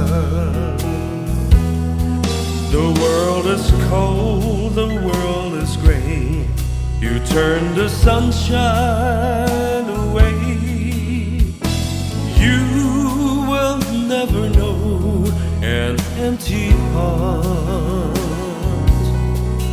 till once more you're close to me, as close as we can never be. I'll be longing to hold you again.